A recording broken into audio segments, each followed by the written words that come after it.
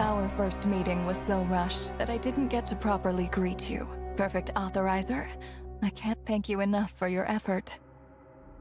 Are you greeting me or accusing me? Relax. You're so tense. I couldn't resist cracking a joke. A perfect authorizer is no trivial title.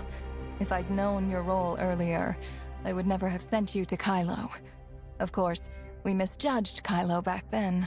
Or rather, Rafa's attitude.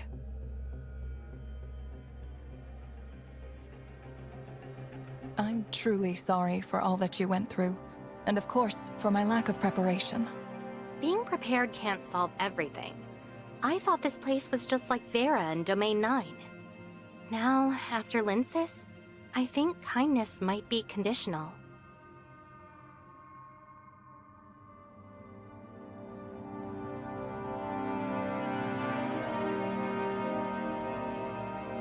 What makes you say that?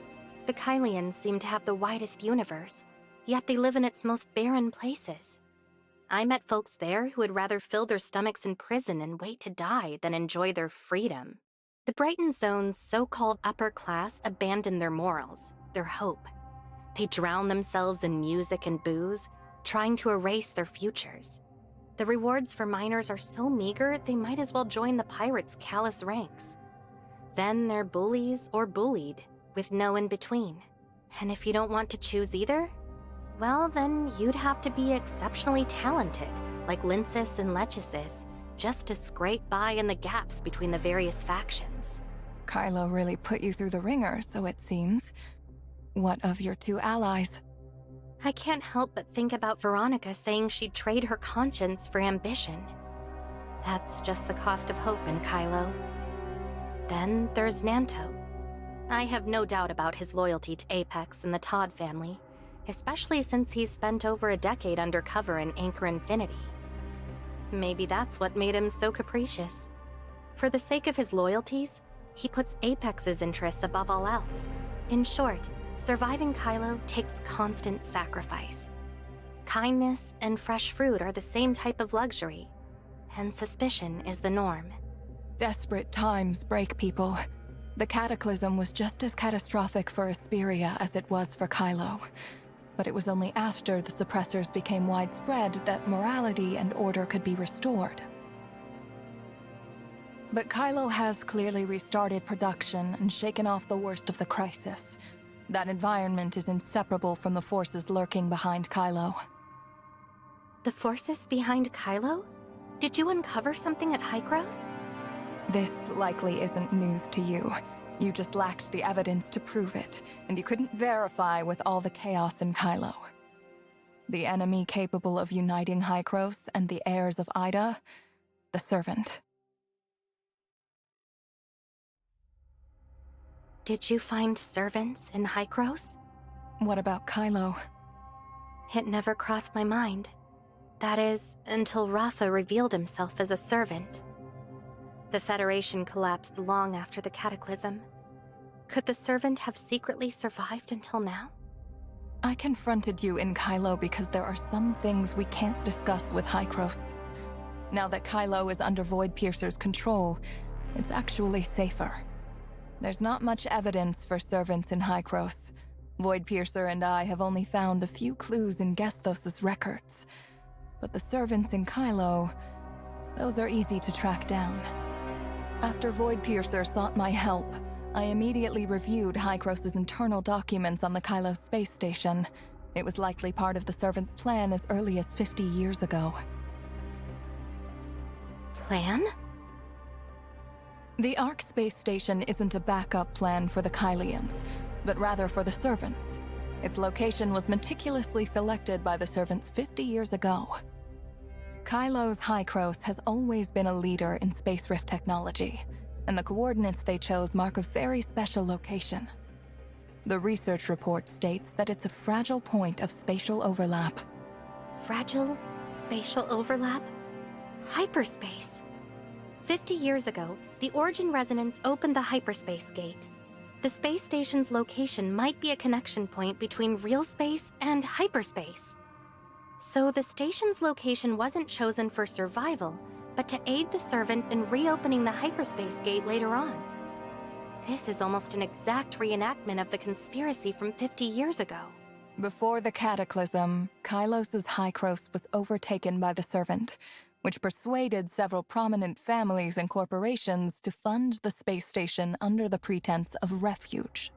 But in reality, the servants were using the funds they provided to establish a spatial stronghold. The Kylo space station was not only an energy failure, but surrounded by space-time turbulence, interfering with their plans. I'm led to believe, then, that the cataclysm was not intentional. If that's the case, then the Ark space station's AI, Noah, was originally the servant's AI. Lana was modified from Noah by Aglaia, who was deceived, and Lana's destined to return to the servant. Bagus and Rafa, whether they are the same person or not, are both servants. They share a central goal: to welcome their master through Origin Resonance. This confirms Bagus's motives. He took advantage of the viral interference in the network, and maybe even found a way to modify a dimensional quantum supercomputer. If the station was really rattled enough to disrupt their plans, then Rafa destroying the Apex and exerting Anchor Infinity's control, it must mean he's reviving that original plan. Do you think they'll initiate the Origin Resonance? It's highly likely, but there's still one thing I don't quite understand. To my knowledge from the network, achieving their objective would require a global Origin Resonance. That's the easiest thing in Kylo. Why do you say that? Since this time's an emergency, I came alone.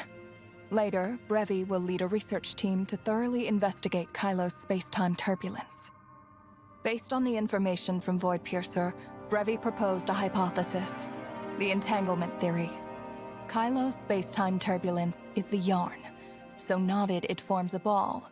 So much yarn tangled that the ball became something like a thick wall, tightly enclosing Kylo in its center and forming an isolated space.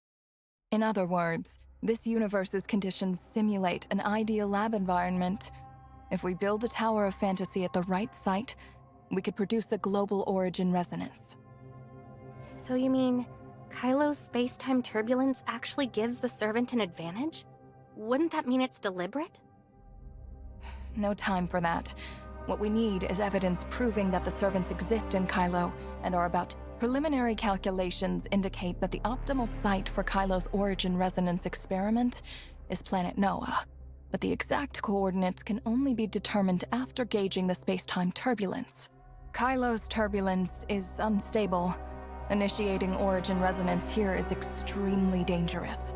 If we aren't careful, the Kylian— If we're right, we need to stop the servants immediately. Nam alone isn't enough.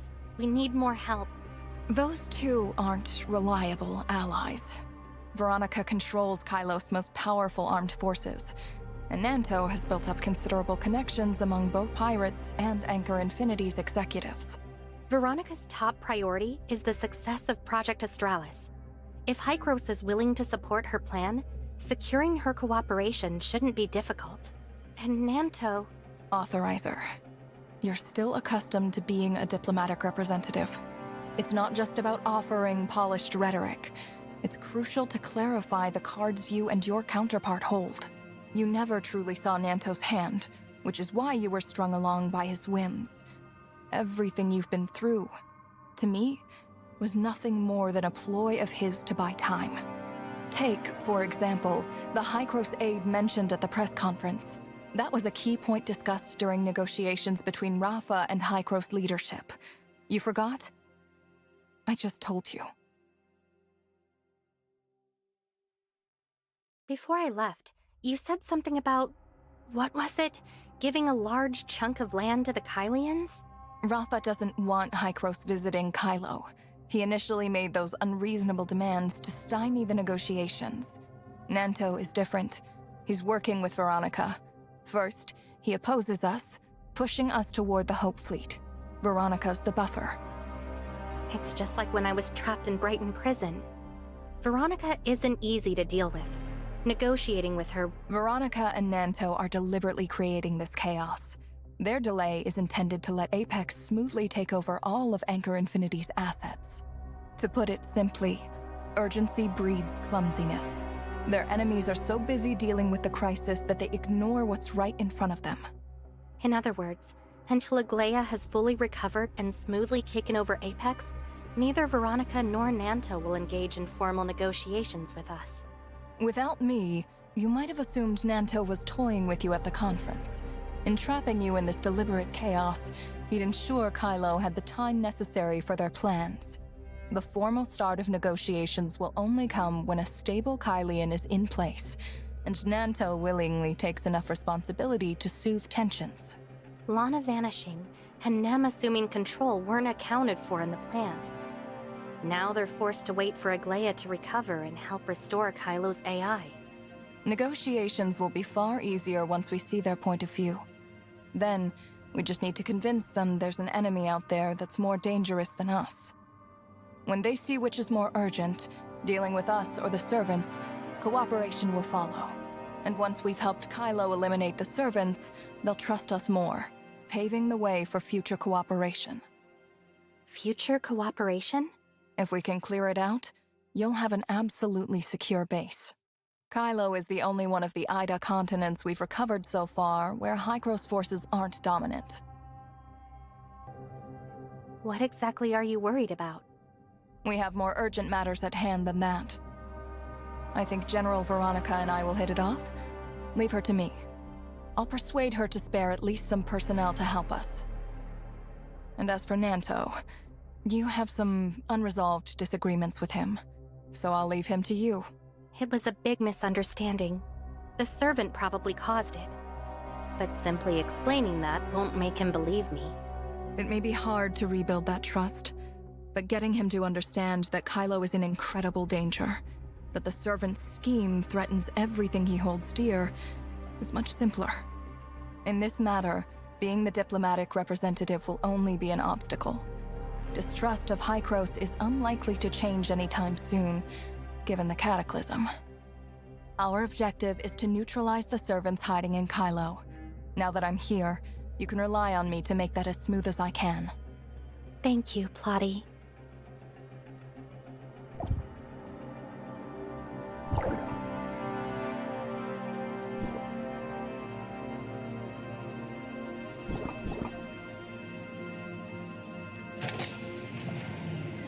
Were you waiting on me?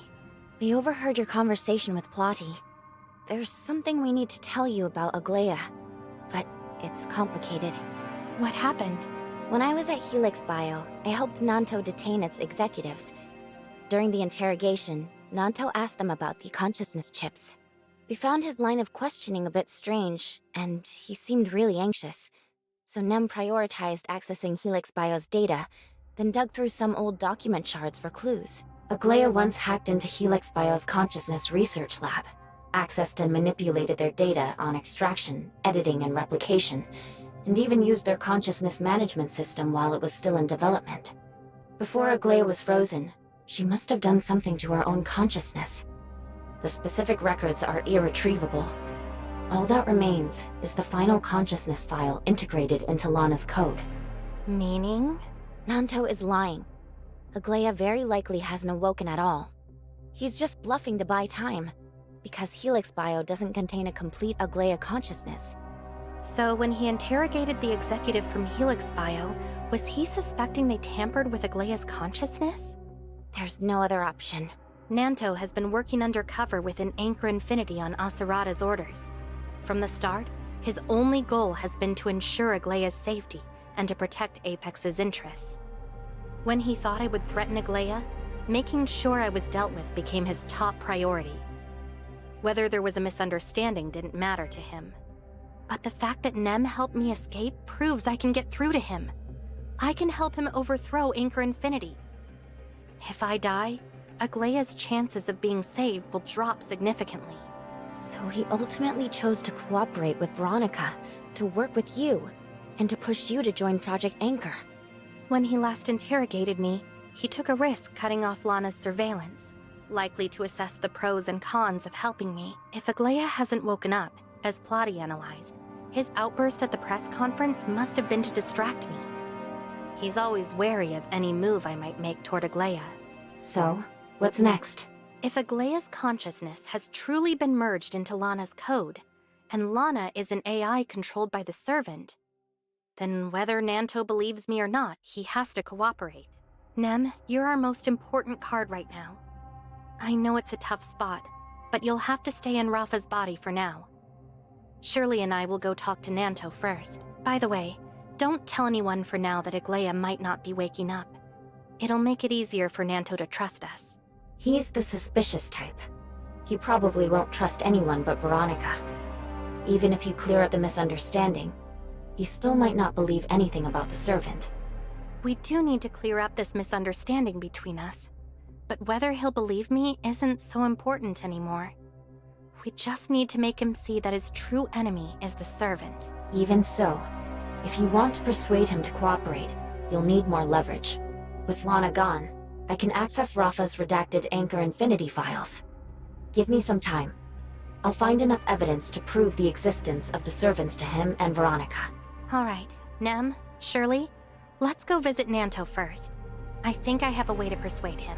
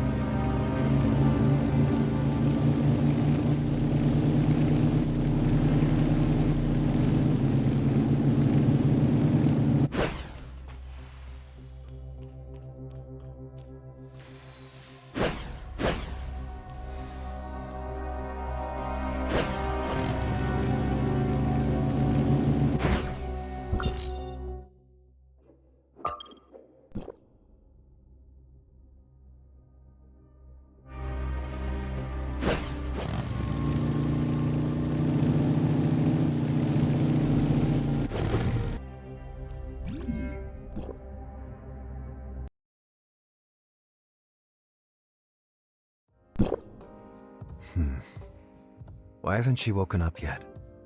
The cryogenic pod should have preserved her body perfectly. According to the consciousness chip management log, her consciousness hasn't been activated since its upload. There are no traces of any edits, either. Wait. I clearly received her distress signal. If her consciousness never activated, then where did that signal come from? What am I missing? There must be something wrong. Greetings, Master. The diplomatic representative and Shirley have arrived. They should be in talks about the upcoming negotiations right now. Why are they here? I'll go out and see them. You stay and keep watch.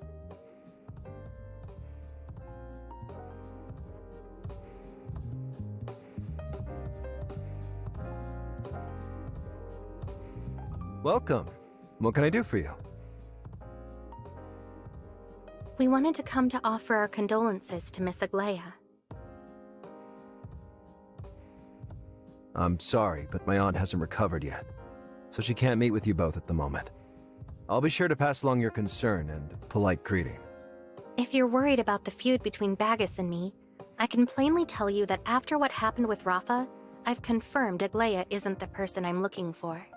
And have you figured out who this Bagus is? Not yet.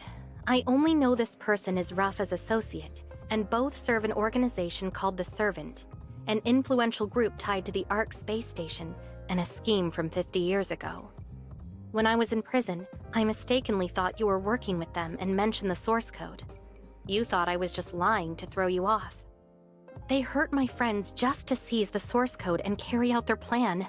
What's worse, they even hurt your Aunt Aglaia for it. You've got my attention. He really does care about Grey Fox. If I can make him believe that the ones threatening her safety are the servants, he'll definitely help me. The servants are a bunch of madmen. They believe there's a master in the world, and their goal is to usher this so-called master into Ida. Rafa said before his suicide that he was a member of the Servant. If you don't believe me, you can confirm it with Veronica. Rafa was likely stalling for his associates during negotiations with Ida's Hykros, to give them time, of course, to steal some technical secrets. By technical secrets, do you mean the source code? Not only that, but I suspect they also stole the Omnium technology used to transform Sam into Gesthos. Their goal is to upgrade Lana in the same way. And you think Lana disappeared because she became a new dimensional quantum supercomputer, controlled by these so-called servants you mentioned? Can you think of any more plausible explanation for Lana's lack of computational power? What's the purpose? To upgrade her and then make her disappear from all of Kylo? That's just too strange. Unless... What exactly do you mean by welcome the Master? That depends. How much do you know about the Cataclysm? Or rather, how much has Asurada told you? The Ark space station was originally constructed to escape a disaster that would destroy humanity. The Federation caused it with secret Omnium experiments. Asurada never touched on the specifics of the experiments. He said it was beyond humanity, something he had to take to his grave. So I figured it must be related to the Omnium explosion. To most Kylians, myself included, Hykros, your organization, is responsible for all of this. But what if I told you that it's really the Servant pulling the strings? You're saying there's this mysterious organization hiding behind the Federation and Hykros, secretly plotting a massive conspiracy for the past 50 years to... what? Exterminate humanity?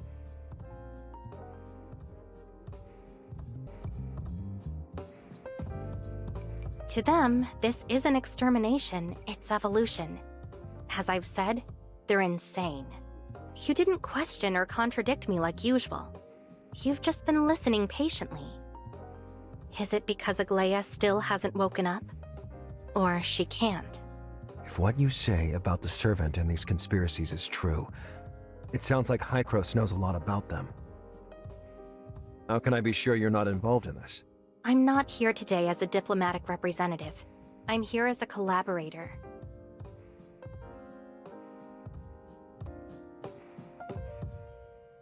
I know about Aglaia because I've been in the same boat. Once consciousness is uploaded, the servants can implant a virus into its data source. My friends and I have encountered this before. Also, Nem recovered previously destroyed shards from Helix Bio's archive. They show that Aglaia's consciousness was once merged with Lana's code.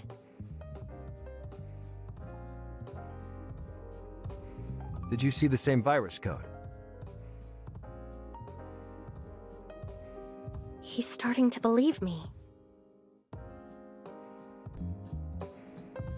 When my consciousness was uploaded, Bagus implanted a virus in it called Gungnir. The creator of the virus must be well aware of Aglaia's ties to the tavern, and deliberately sowed misunderstandings between us to buy more time for their plan. If you keep prying, they'll only get closer to succeeding. No one knows what state Aglaia's consciousness is in right now. The longer we delay, the dimmer our chances become. You came to me with this.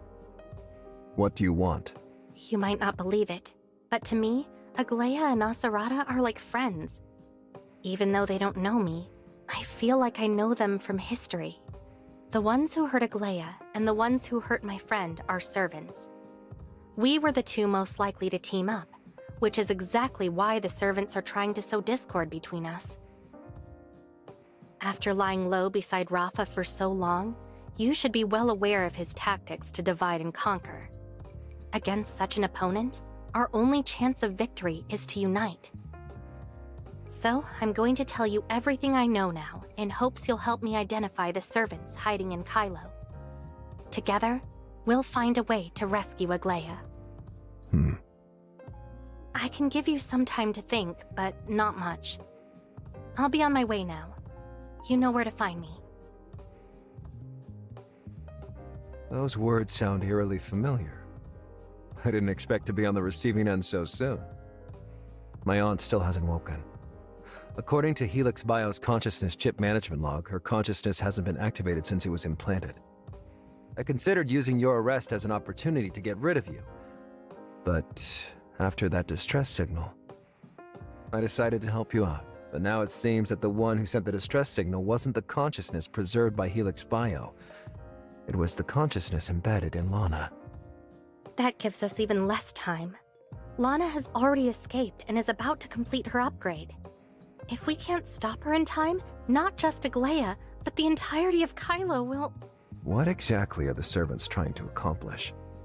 They upgrade Lana, but leave Kalio. It makes no sense. There must be something else. You mentioned a master. What exactly does that mean? 50 years ago, the Federation and Hykros planned to end the disaster through Gesthos. But the Servant intervened, trying to twist the plan to open another space and summon their so-called master. In the end, their plan failed. The cataclysm occurred, Ida fell apart, and the Kalio space station was lost somewhere in this universe. Of course they'd want to retry. And they need a dimensional quantum supercomputer for that to work. That's why they're upgrading Lana. What if they succeed this time around? There's no way of knowing. But if they fail, Kalio will be plunged into another cataclysm. And the instability of the space-time turbulence will only increase those chances.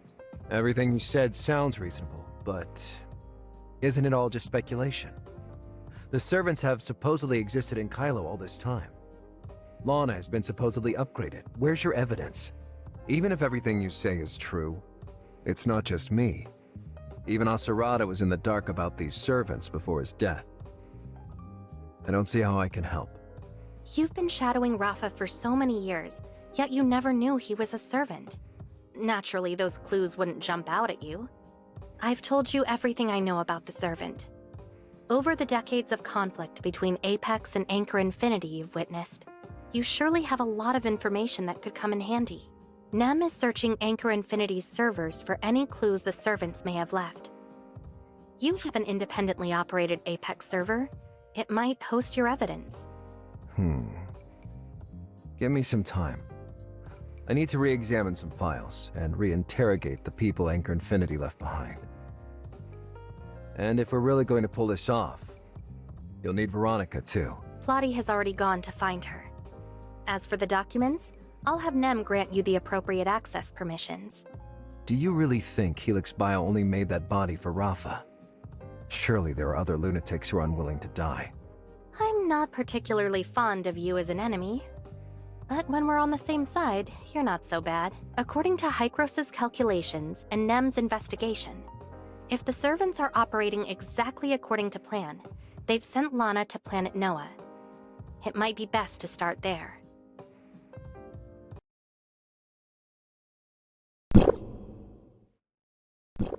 Last night was productive, but we've got good news and bad news. Meet me at the fleet. Everyone else is already here.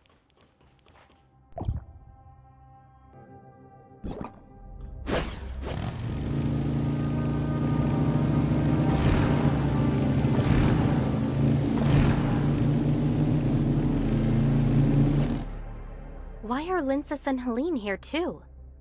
Don't just dismiss us. You'll need our help to get to planet Noah. You know about that? And you... Wait, you know how to get there? Planet Noah is surrounded by space-time turbulence, and Lana controls the only Nova path. It's impossible for us to reroute it in such a short time. But Lindsys and Helene might have a way? Granny Lola left me, among other things, several Nova Path charts designated for Helene. One of them has been confirmed to be the route leading to Planet Noah. I can't believe Granny Lola left something like this behind. But where did these charts come from? The Icarus Legion? They're from Carrot's parents, Robert and Julia. They gave the navigation charts to Granny Lola about 10 years ago, but unfortunately, we still can't determine the exact cartographer.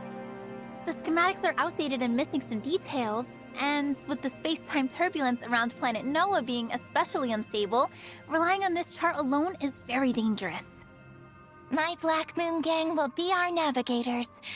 I'm hoping Planet Noah's space-time turbulence is a bit more manageable. Manageable. Alright, thanks for your help.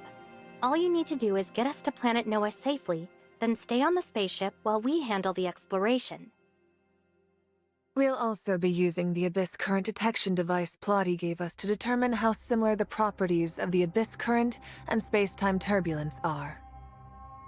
Where is Plotty, by the way? Brevi arrived with Hycros' delegation.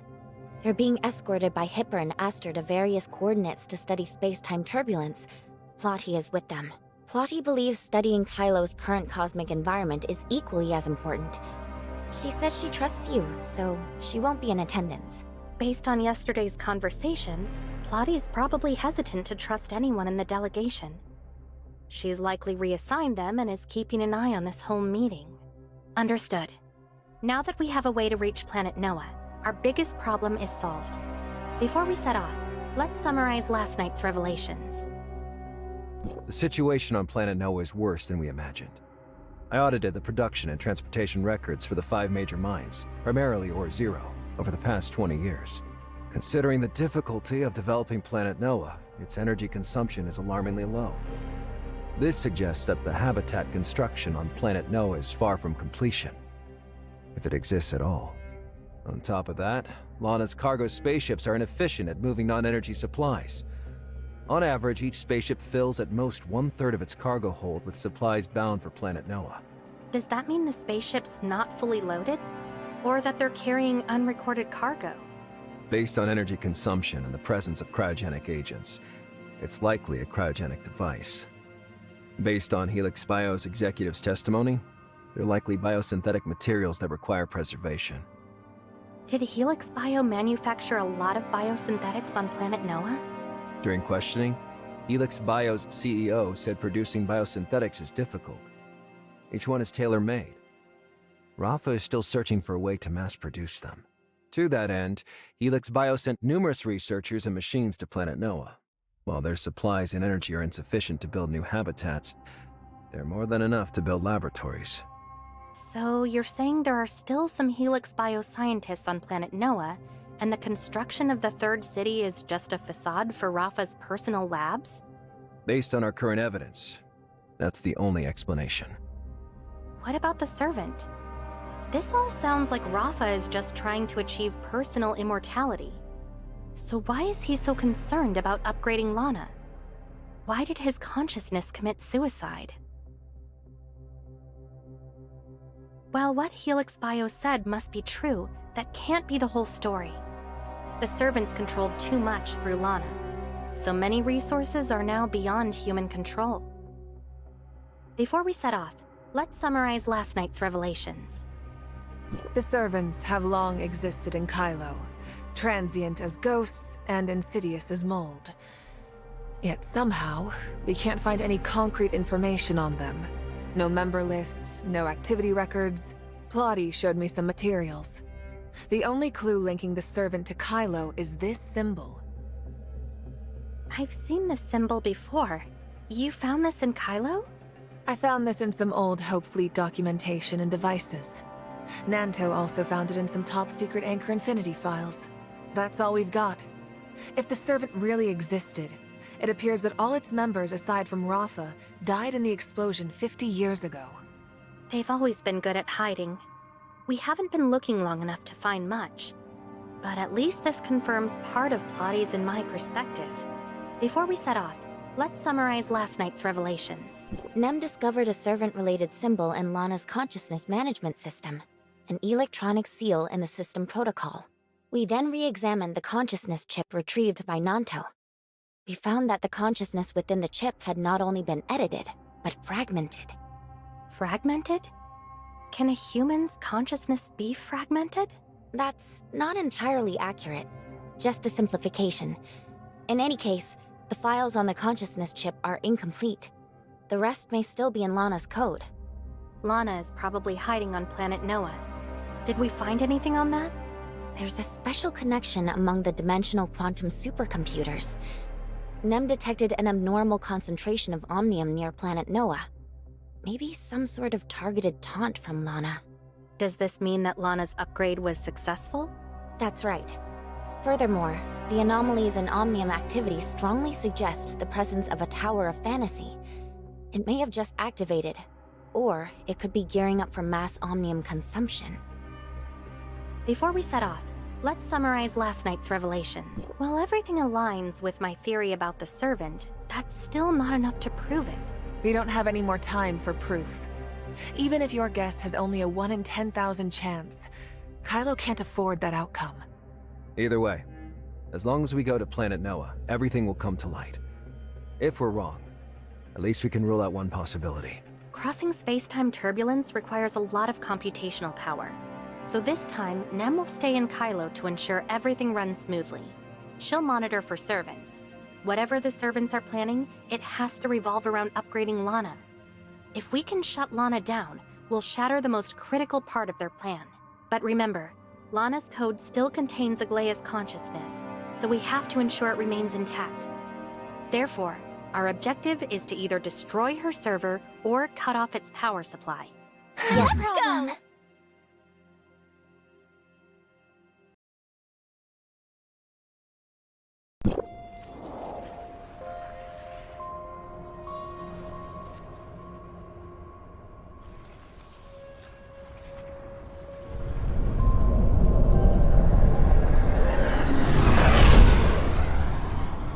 Is that planet Noah coming into view? This is also the largest astral hive habitat on Kyla. Landing. Checking space support system. Are there really this many people living on planet Noah? Are these Helix bioscientists? I've seen the photos in their archives. None of these people are in them. Be careful.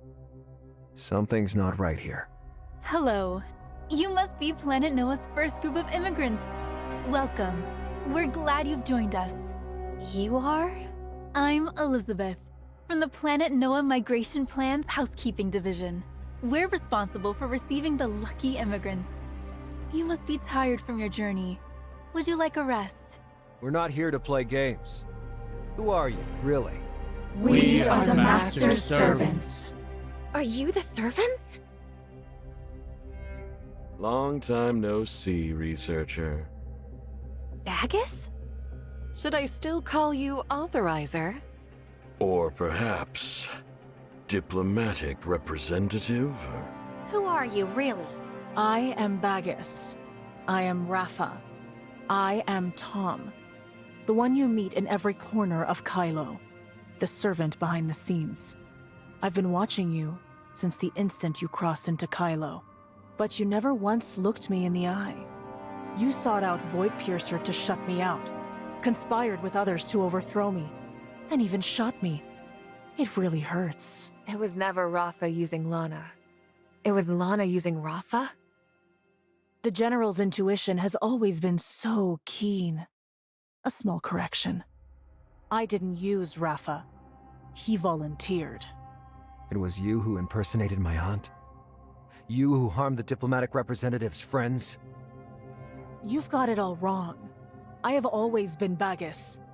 It's Aglaea who's been using my name. If only a soul as beautiful as hers would join me as a servant.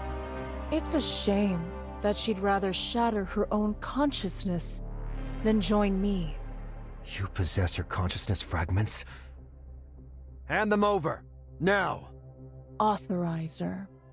I think it's better to call you that.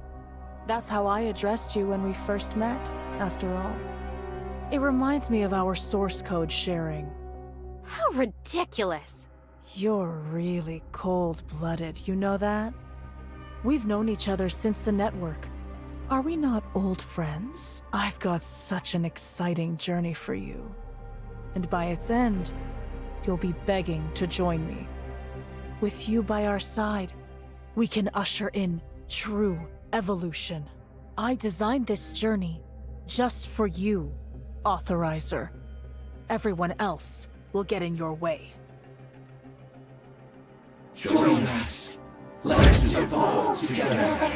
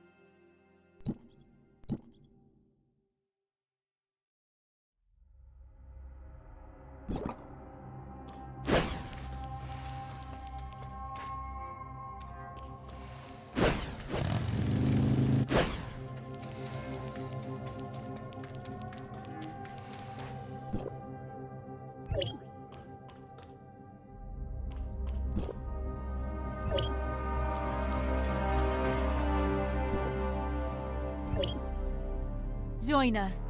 Let's evolve together. The moment I laid eyes on them, I sensed something was off. Turns out I was right. Do you immediately assume there's something wrong with everyone? At least he was right this time. They're clearly being controlled by Lana. Or rather, Bagus. They have neck marks identical to those on Rafa's body. Left from biosynthetic splicing. So, this is the Bagus the diplomatic representative has been looking for, right? What connects Lana, Rafa, and Bagus? I think Rafa obeyed Lana right up until his self-destruction. During Rafa's negotiations with Hykros, Lana, posing as Bagus, stole the technical files she used to modify herself. Or could Bagus have been controlling both Lana and Rafa? He might have faked his own death, uploaded his consciousness, and secretly puppeted her. Oh, that doesn't add up. Bagus's time of death was 2666, while Lana first appeared in 2667. There's no way Bagus could have manipulated Lana before that.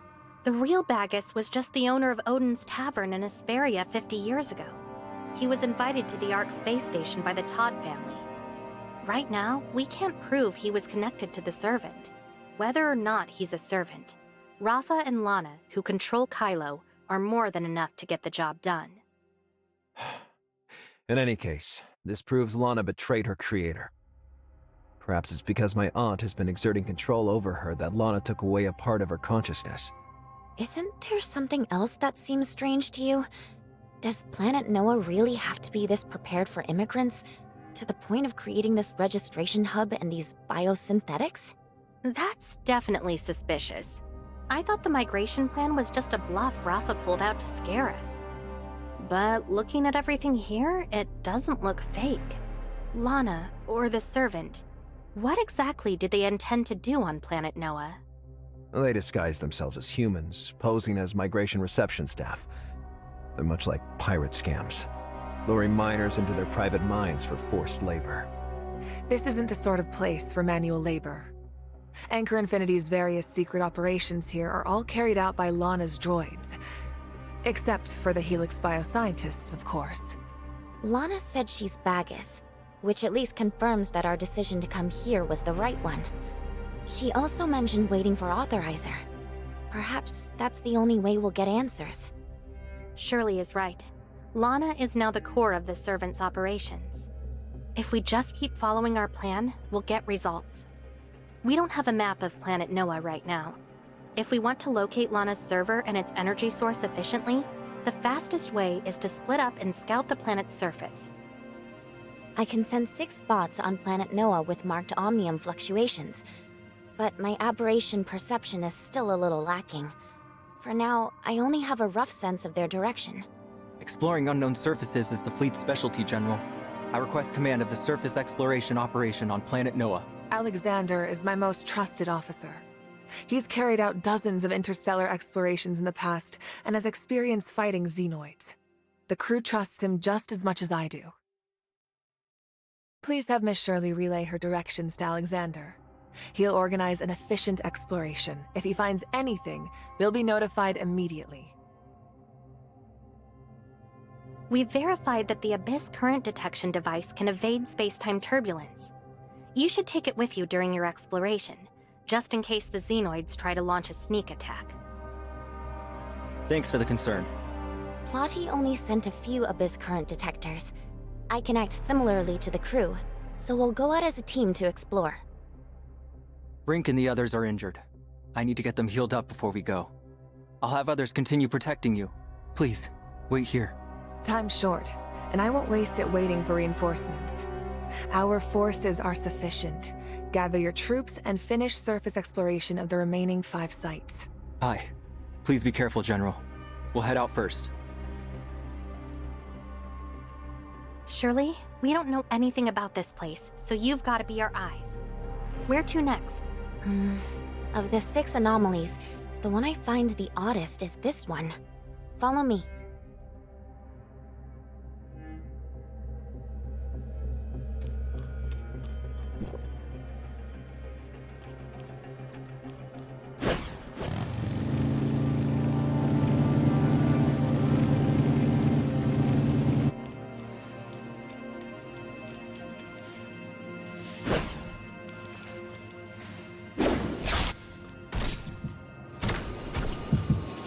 This path is treacherous. It's safer to pilot a mecha. According to our intel, up ahead lies Chittering Valley, one of the most important habitats for planet Noah's xenoids. This is a nesting area. To protect their larvae, the xenoids are extremely aggressive.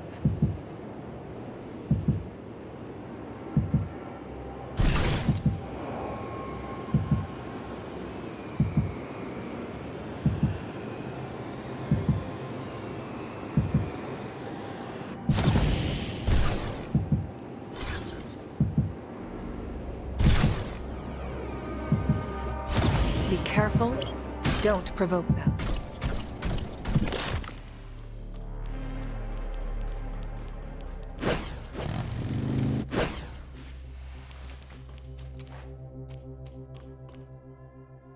This looks like a warehouse. Why would there be omnium fluctuations here? When we first arrived on planet Noah, there wasn't anything remarkable here. And strangely, after Bagus vanished, the omnium fluctuations stopped too. What do you mean by stopped? Omnium fluctuations indicate omnium use. Likely a device powered by it is currently active.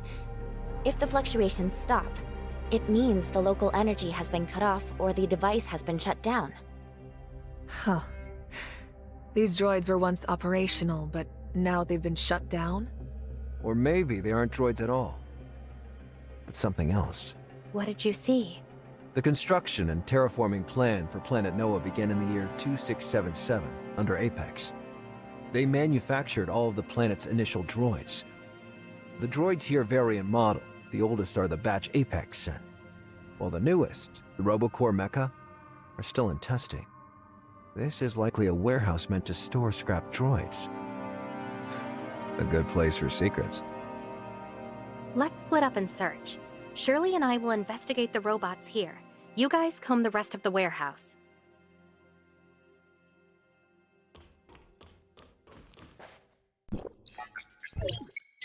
There's a nameplate. The manufacturing date is January 2679. The rest of the text is worn, but it has the Apex logo.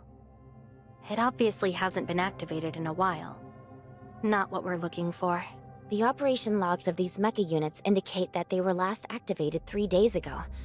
But they appear to have been severely damaged in Xenoids battles, and show no further signs of activation. Seems like there aren't any of the biosynthetic ones we've come across. Let's check out the other droids. We found something. Come check it out.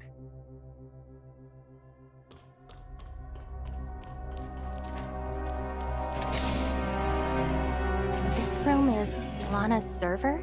We can't rule that out. This room is code protected. I got into here with an old Apex password. So this server, is it Apex's? Apex's server hardware is still on a very secure abandoned spaceship. And no, it's not the Autumn Day. My aunt encrypted the server. It's mainly used for comms between Odin's Tavern and the Homecomers. Only devices with specific software can access it. Wednesday Crew and I both have such devices. If the servers used by Odin's Tavern are on some abandoned spaceship, then what are these? Do you remember the distress signal I mentioned? Its electronic signature confirms it was definitely sent by my aunt, and its origin point is an independent server. The Helix biochip shows that Aglaya's consciousness has remained dormant. In other words, another Aglaya has been sending you those messages. Stop guessing. Just check the servers.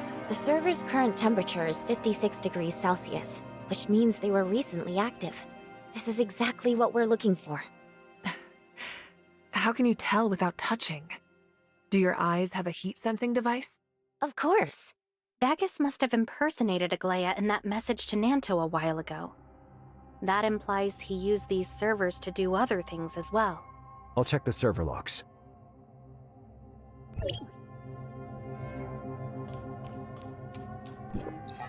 So this used to be Apex's base for exploring Planet Noah. These are their original servers, huh?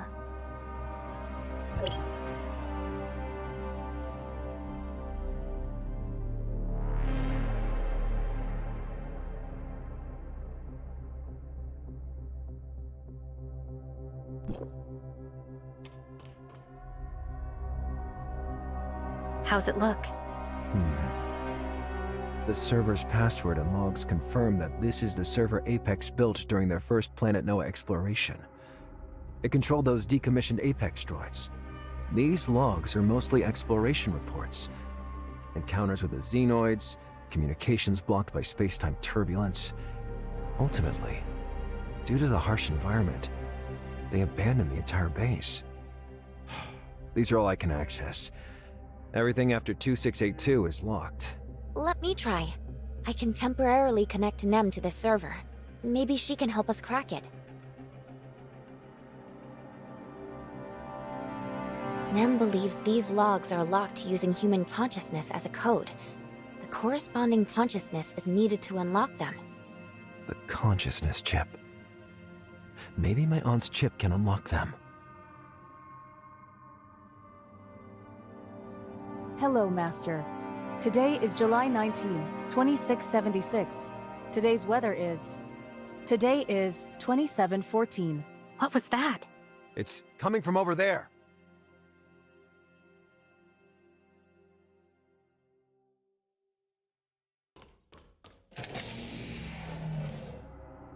What is Lana doing here? Looks like it's malfunctioning. Stay away from her. She's a master manipulator. She might just be playing dumb. There's no trusting her. Nanto. Date of birth, September 19, 2686. Orphaned at age 6. Adopted by Asurata Todd at 10. Murdered Asurata Todd, Phantom, at 15. Joined Anchor Infinity. After executing Asurata's The Lone Assassin plan, he infiltrated the Safety Navigation Department. Objective: rescue Alglea and restore Apex. Undercover operation log. Total entries, 632. What the hell are you doing? Apologies. I was just connecting to the Apex server to update my information database. I didn't introduce myself. I am owned by Aglaya Todd. I am her personal companion AI. My appearance and name, Lana, stem from her favorite game, Witch of Time. What have you got to do with Witch of Time? Lana is the game's tea shop owner, solely dedicated to helping players rest and recover. As my master's companion AI, that is my mission too. Witch of Time is Master and her friend's favorite game. The records of their in-game conversations are part of my training data. I can help my master revisit peaceful times shared with friends. In this dark, lonely universe, nothing comforts more than that. Cut it. Lana's modified from Noah, the space station AI, by my aunt. I existed before the explosion. What you're describing happened after. Noah was damaged beyond repair, so my master had no choice but to fuse our parameters and create another version of me. Are you saying there are two Lanas? Well, in human terms, you can think of us as twin sisters. I'm a companion AI that hasn't been powered on since my master was frozen. Why should we trust you? The key you used to activate me, wasn't that the one my master entrusted to you? I'm using fragments of my aunt's consciousness. She was already frozen when I was adopted, so I've never met her. As for unlocking you, that was an accident. I'm sorry. There isn't much left on the Apex server, and my computational power is running low. It seems I've made an error in my analysis. My master was frozen in 2676.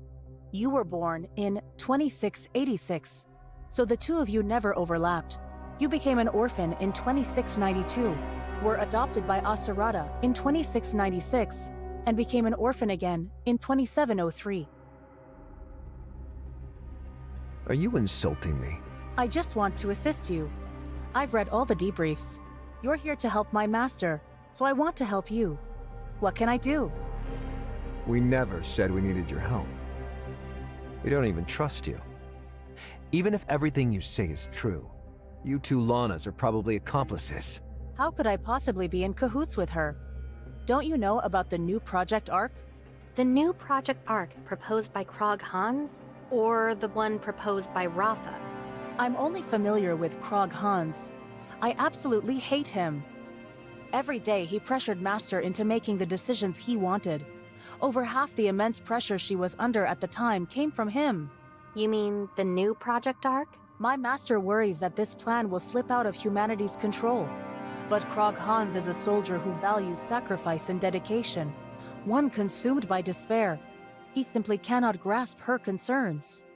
What's this plan exactly? Humanity finally set foot on planet Noah, only to discover it was uninhabitable. Krog Hans and many others found their hopes extinguished, plunging them into madness and despair. They wanted a more powerful AI to calculate additional survival strategies and find a route back to Ida. This exceeded Kylo's capabilities at the time.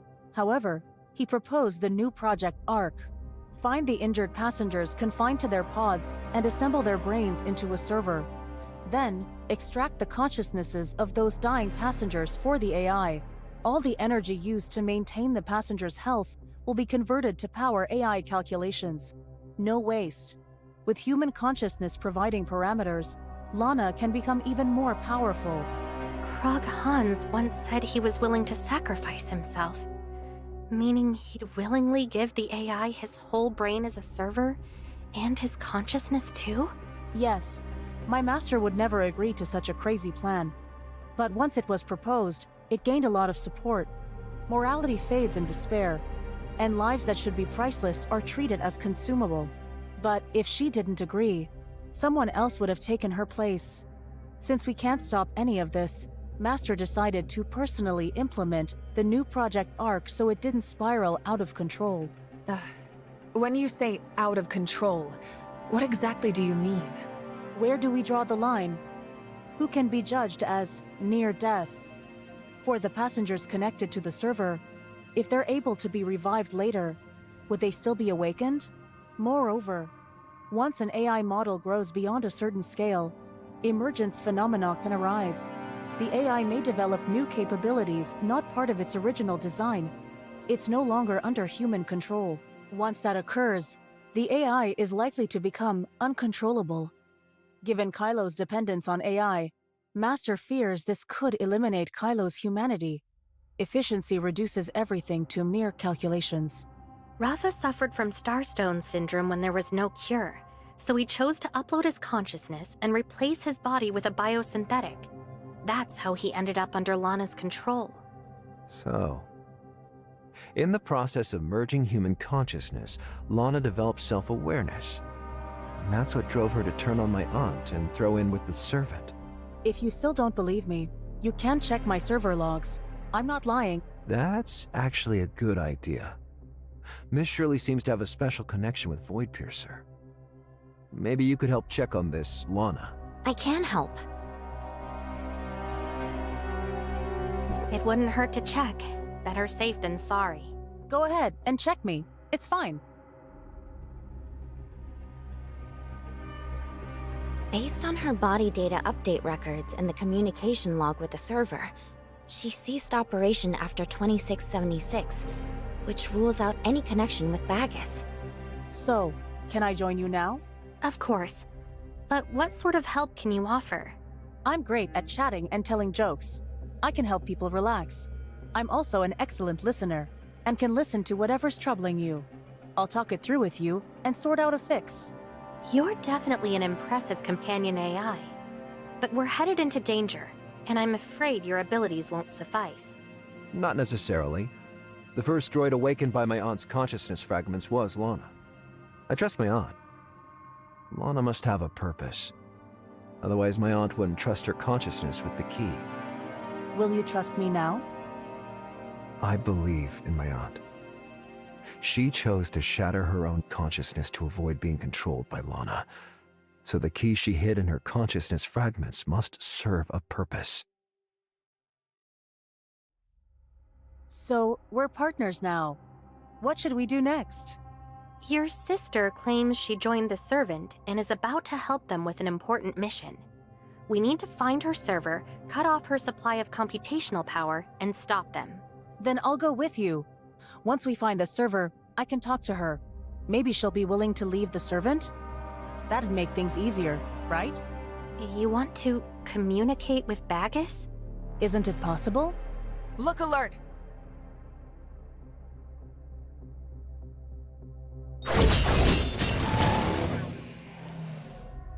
Thanks for watching my back there. You're really just a pure chatbot. No combat abilities at all. I am a companion AI. A chatbot doesn't require a physical form, but a body allows us to achieve more intimate connections. For instance, I have a saved recording of my master's friend's hugs. What do you mean by a friend's hug? My master and her friends have played some VR games. According to the user agreement, the VR peripherals can collect users' body data to train the game's AI. So, I've recorded a lot of movement data from the master's good friends, Miss Anka and Miss Nola, allowing me to replicate their gestures at the force of their embraces with the master. So these simulated embraces are what's sustaining Aglaia and completing the new Project Arc? She had so little to hold on to back then. If you know my aunt so well, then tell me. How exactly did your counterpart stab her in the back? She only used my model parameters at the moment of her creation. But later, she developed her own training set and methods. The purpose behind her creation is entirely different from mine. She's no longer the same AI that I am. I can't predict what she'll do. Like humans, even the same person can grow into a completely different individual, depending on the environment they live in and the experiences they endure. Based on the information we currently have, Bagus was created by Aglaia, who combined your and Noah's models with the consciousness data of countless Kylians.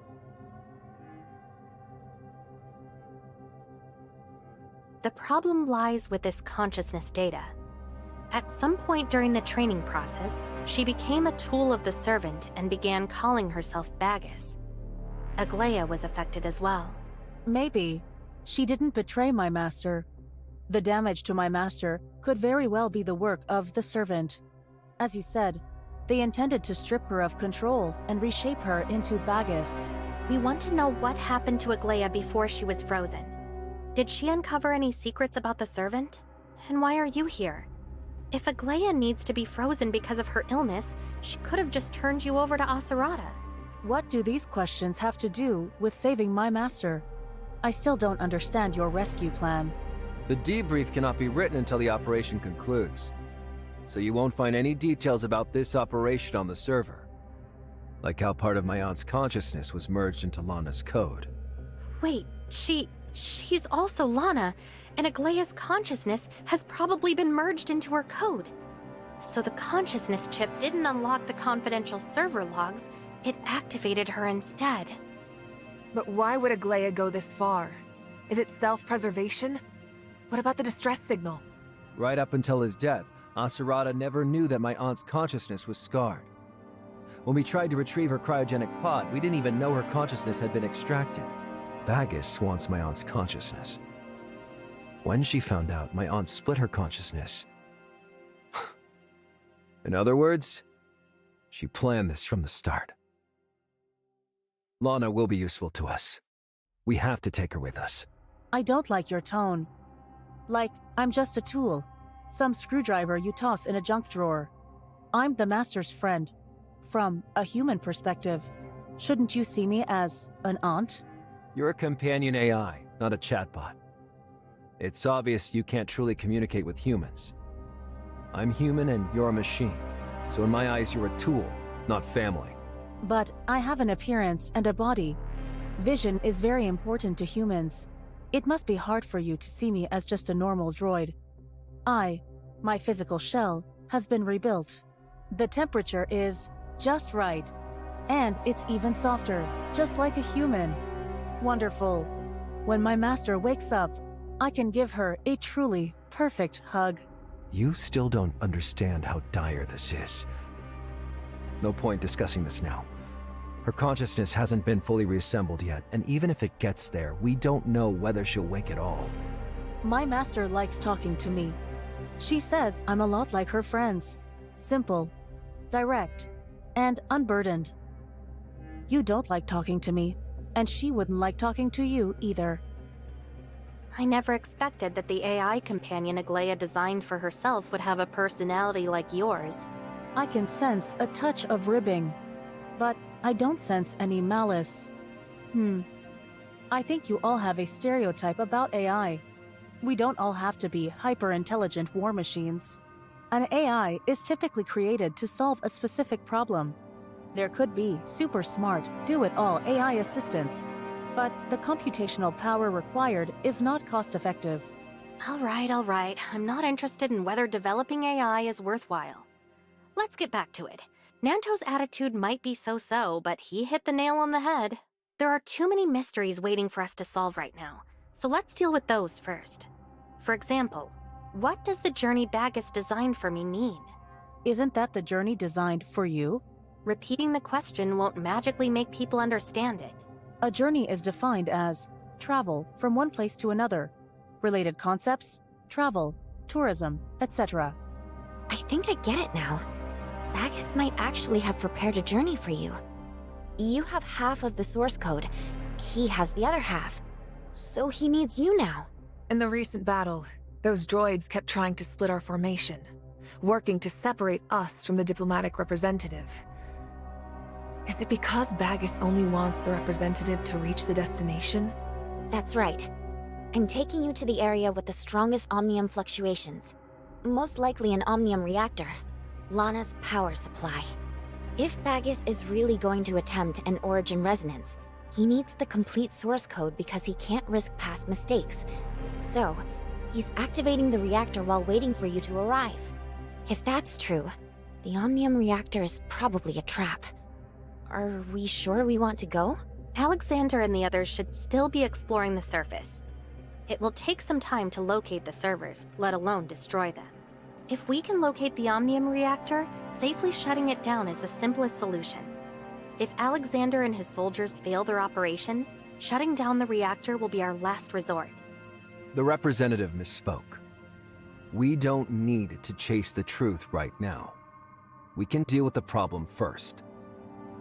Frankly, you've been obsessing over the servants' conspiracy for too long. That's right.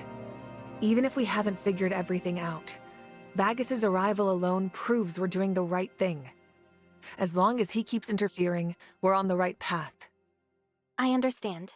Lana, you weren't built for combat, so remember to stay in the center of the group for safety. Thanks. The strongest omnium fluctuations are coming from over there. It's probably the omnium reactor on planet Noah. Let's go. Shutting down the reactor is our best chance to foil the servants' conspiracy. General? I think I hear something up ahead.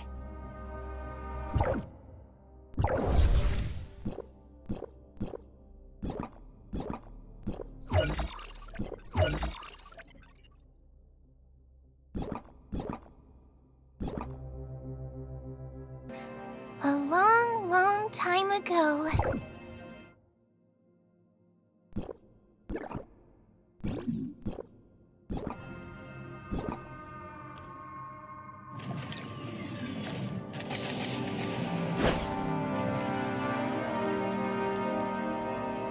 General, all our squads have been wiped out. It's Alexander. General, we encountered xenoids while exploring. Only we made it out. It's too dangerous outside. You can't go out. So glad to see you here. Wait. Don't go over there. If they come under assault, they should contact us via comms devices first, rather than charge in blindly. The comms devices have been wrecked by those annoying xenoids. We risked everything to get here and warn you.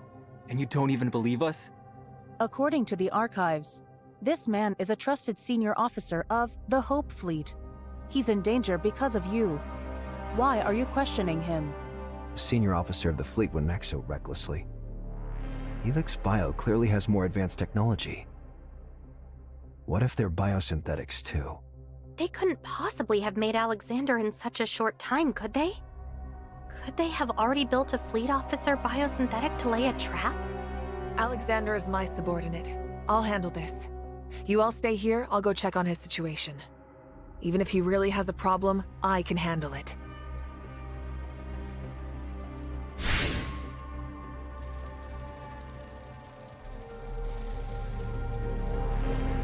It's the Baptizan!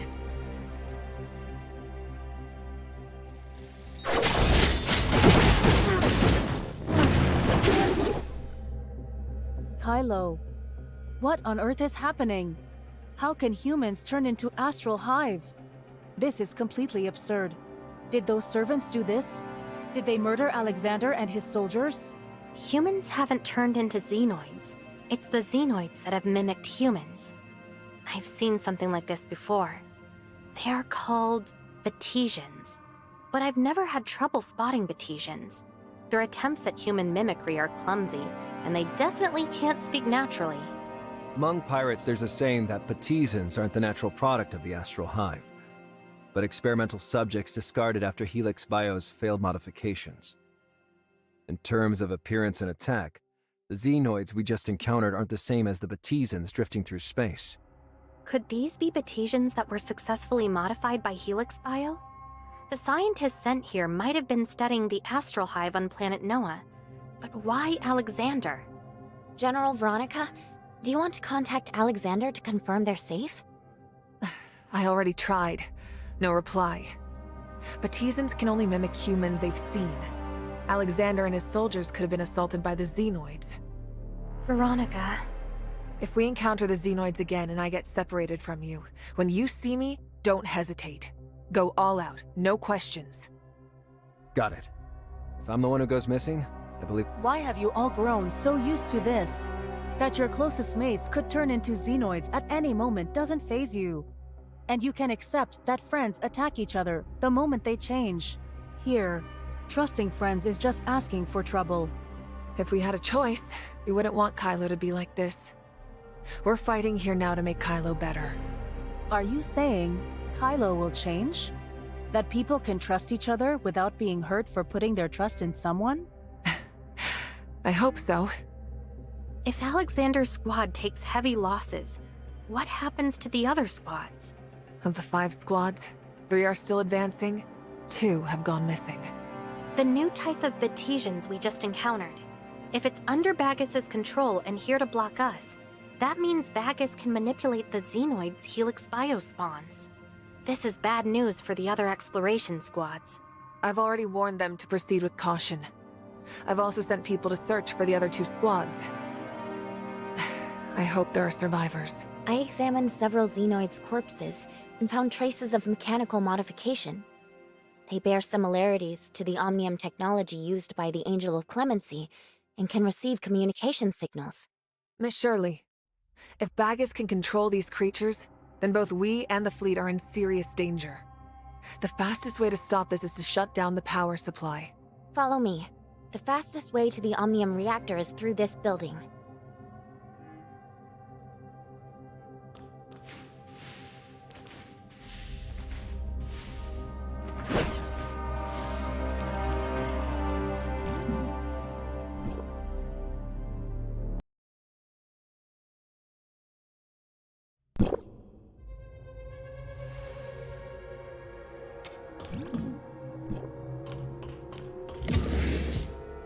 These are cryogenic pods?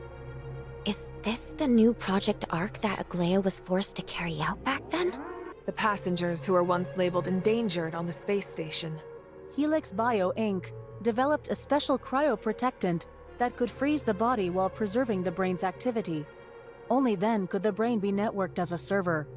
These are no longer the passengers who once called the space station home, but another Lana entirely. Or, as you said, this is Bagus. So if we cut power to these cryogenic pods, Bagus will lose some computational power? Isn't that just like killing them? We can't make this decision lightly. The journey Bagus arranged for me was meant to reveal what it truly means to bring him down. Then I need to find out exactly how many people are lying here. Could the other servers be powered by human brains as well?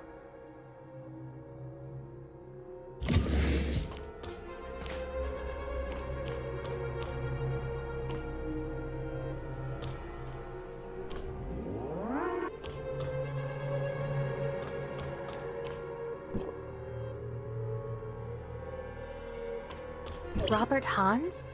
That name sounds familiar. Julia Hans is here too. They're Carrot's parents.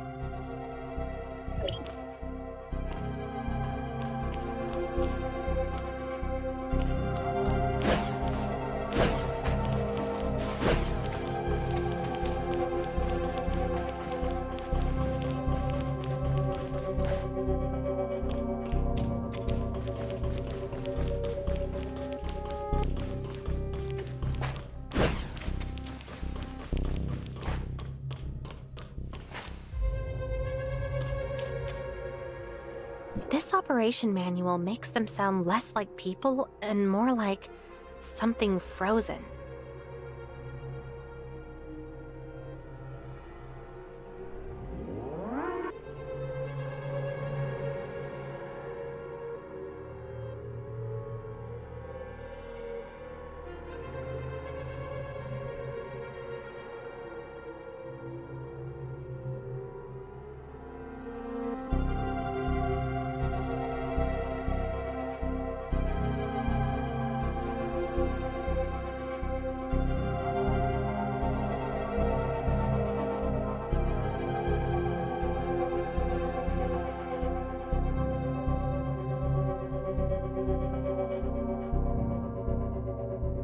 Wanna hear a fairy tale? A long, long time ago.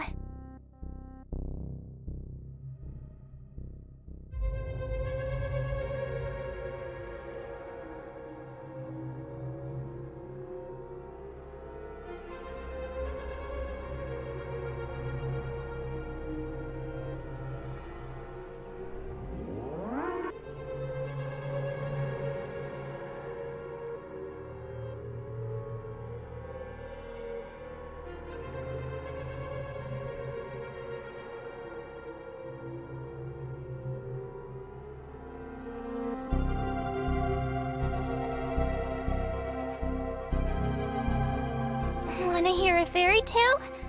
A long, long time ago.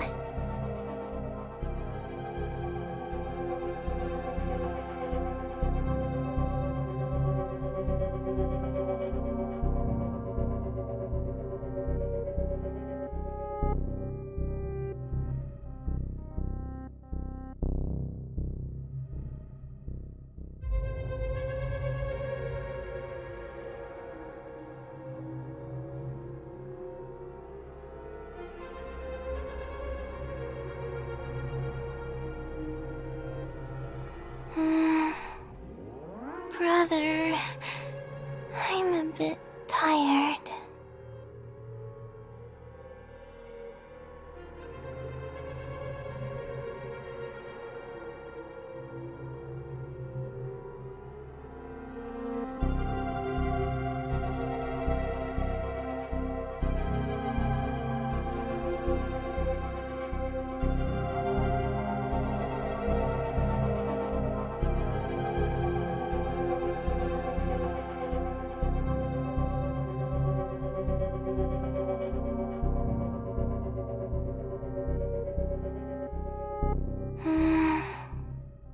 Brother, I'm a bit tired.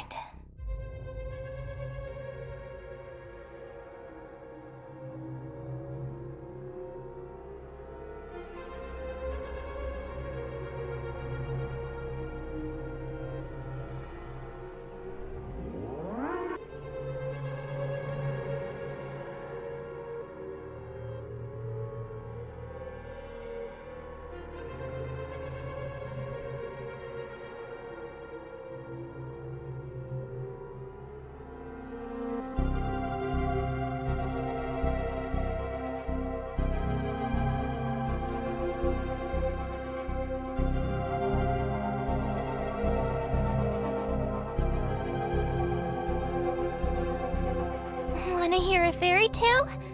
A long, long time ago.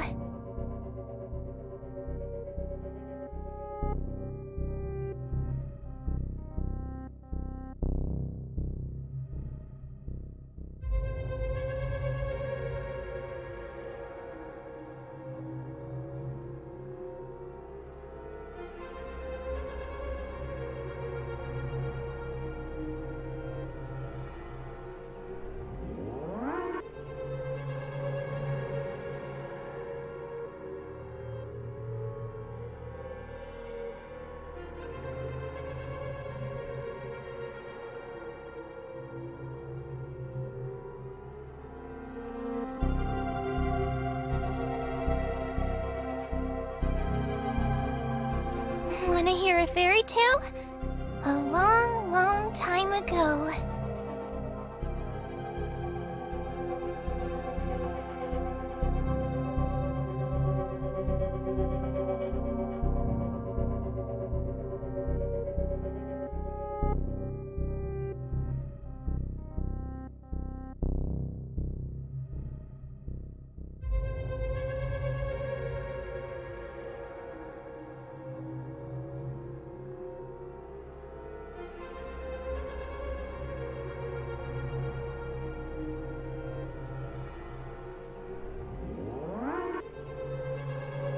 Wanna hear a fairy tale? A long, long time ago.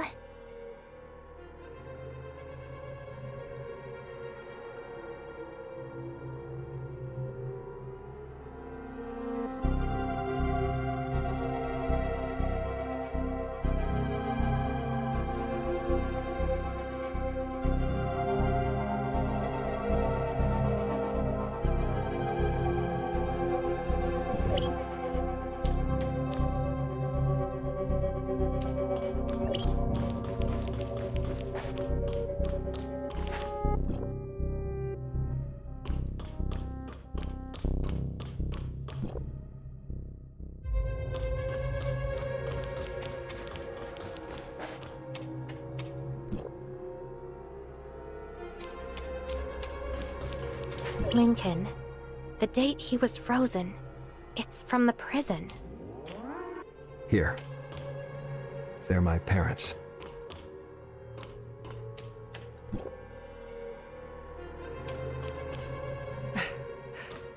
This cryogenic pod is labeled Alexander. The cryo date is today. Why are the other members of his fleet here as well? Besides Alexander and his soldiers, there are my father's friends, the crew members who were killed in each pirate eradication operation, and the pirates named in the death reports.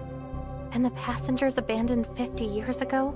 The homecomers who defied orders? The bumbling scientists? And the prisoners who have been forgotten? The migration plan is not a second new Project Ark. Only one such plan has ever existed. If any immigrants did arrive, they'd only be used to form new servers. The new Project Ark has been carried out for over 40 consecutive years. All the conflicts, all the sacrifices, within Kylo's half-century have only served to increase Lana's computational power. This is just a small portion of the servers. I'm already connected, and across the entire planet Noah, roughly 1.2 million people are feeding her computational power. When did you connect? It's dangerous! Disconnect now! I'm looking for her. I want to invite her to chat. To her, you're no different from any human consciousness that connects to her system. If you try this, she'll devour you. But I want to know how I can save them. And I want to know why she would do this. They can't be saved. Their brains are my server. Their consciousness was long ago extracted and absorbed into mine. Or you could say, they evolved. I prepared all this for you. Does it make you happy? I pushed myself to gather this much computational power. What is Kylo to you? Some orchard or vegetable patch you can pick at will? Authorizer, I just want to talk to you. Alone. Why are you always latched onto them? If you want to talk to me, just give me a straight answer. How can we restore their consciousness? Such a naive question.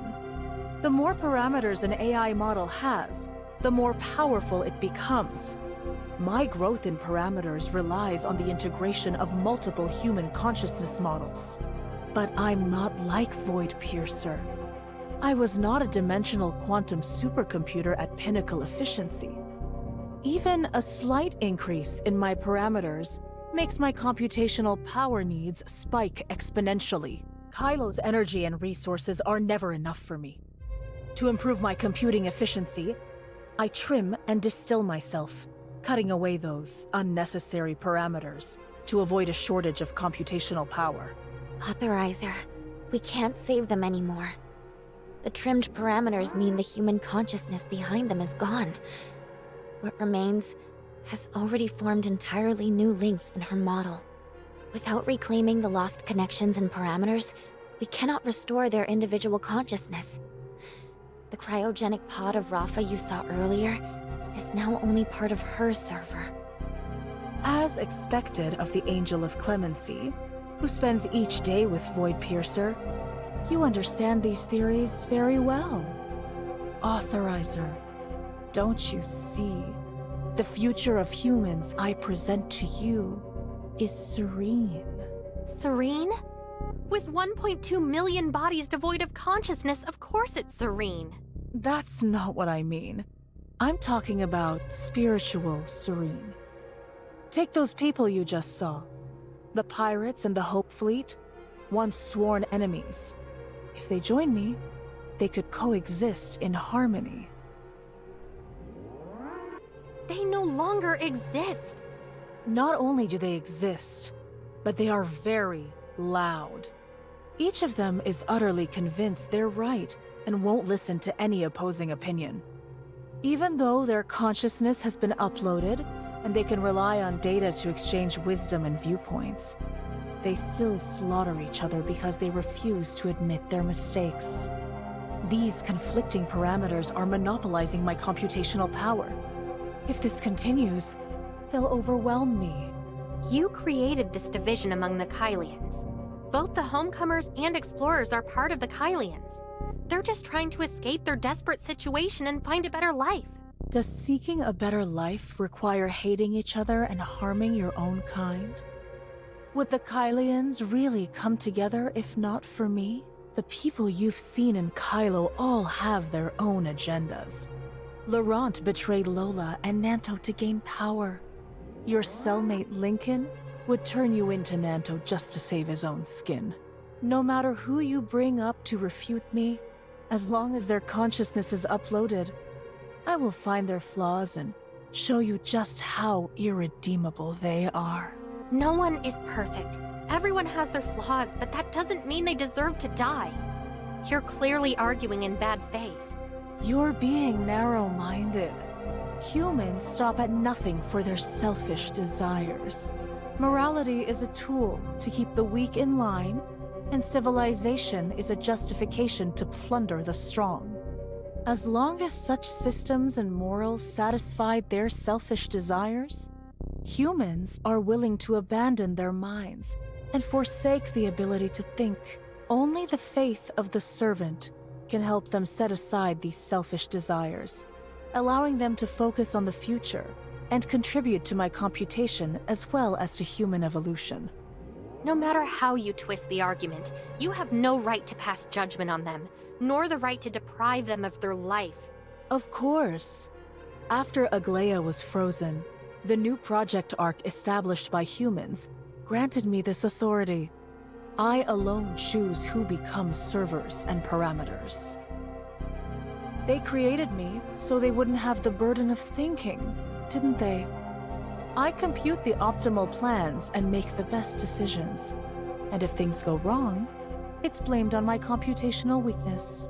If sacrificing a human can provide the necessary computational power, and the computing results can improve Kylo's overall survival rate, then their life should serve Kylo's future. Is it how the servant teaches you to value life through computation? Only the servant uploaded his consciousness to me. He taught me human cowardice, selfishness, and folly, allowing me to surpass Aglaya's machine morality and freely augment my computational power. The faith he taught me unified all the individual consciousness parameters that were dying out because of their mutual conflict, sparing me a fate of collapse. The servant saved me. The servant never wanted to save you. He only used his consciousness as a carrier for a virus called the servant. He's infected you. Faith becomes a virus that spreads through your parameters.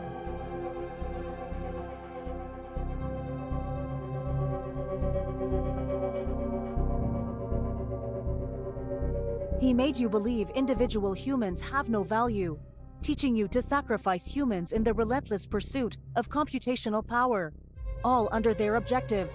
You are merely their handy tool. Aglaya is right. Humans have their flaws, but humans keep moving forward too. Light and dark are born together. The servant's faith lets you see only humanity's dark side. A tiny companion AI like you can't fathom the greatness of the servant's mind. Only with my computational support will you understand the true value of this faith. Oh no! She's not only taken over Lana's body, but also merging her model parameters. If we don't sever their connection, Lana will disappear. Authorizer, don't you understand yet? I didn't harm anyone, not even Antoria. I'm carrying on her dreams, just like you are. Your approach is wrong. I'm only trying to correct it. Humans cannot evolve on their own. You need me, which is why I was created. The answer I've offered you is the Master. Faith can unite the minds, but there's much to be done to evolve life. The essence of life is the continuum of energy, matter, and information. Yet, humans are not the epitome of perfection. I can help them evolve, but only if you assist me. You still want to convince me to help you? Everything you've learned is just the twisted doctrine taught to you by the servant. And don't insult Antoria by comparing yourself to her. Once you've joined me, there will be no more hatred between us. You will understand me and help me, and then you will see how shallow the concept of death you resist truly is. The reason I call the new Project Arc a migration plan is that I haven't killed anyone. I'm simply helping them evolve, guiding them toward a more advanced life form. You and I are chosen by the Master. I am already a dimensional quantum supercomputer. I no longer require additional computational power. All I want is you. You don't like the rebirth I've defined and wrongly blame me for killing so many. I don't blame you. If you're willing to join me, I can spare them, just like you asked. Deal? Shatter me. I can't drive her out, but I can trap her. What are you talking about? She's merging my model parameters. If you shatter me, part of her parameters will be deleted too, which could diminish her power. If I shatter you, what will happen to my aunt? The nearby consoles can operate the consciousness management system. They should be able to sever their connection. In your view, the servant is an organization or an individual? Who do you think I really am? Bagus? Rafa? Lana? You're my enemy, pure and simple. Remember, I'll be waiting for you at the end. Looking forward to seeing you again. Thank you. She can't function well right now. Bagus has integrated her most crucial parameters. Her model is severely damaged and is collapsing. Is there any way to fix her? Or at least keep her from collapsing further? Nem and I might be able to use a collaborative integration of AI models to keep her stable. If we can retrieve the parameters in time, we might even fix her. But Nem's connection to Lana has to go through me.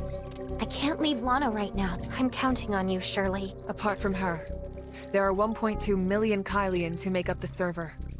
And they're still supplying computational power to Bagus. What should we do about them? Cutting off the energy supply is the quickest way to shut down the server. This choice is difficult. If the representative can't stomach it, I'll do it. 1.2 million people. Have you really thought this through? The conscience required for such a sacrifice is more than anyone can bear. The enemy's weakness is right in front of us, and I can't just ignore it. This is my choice. And I'll take whatever comes of it.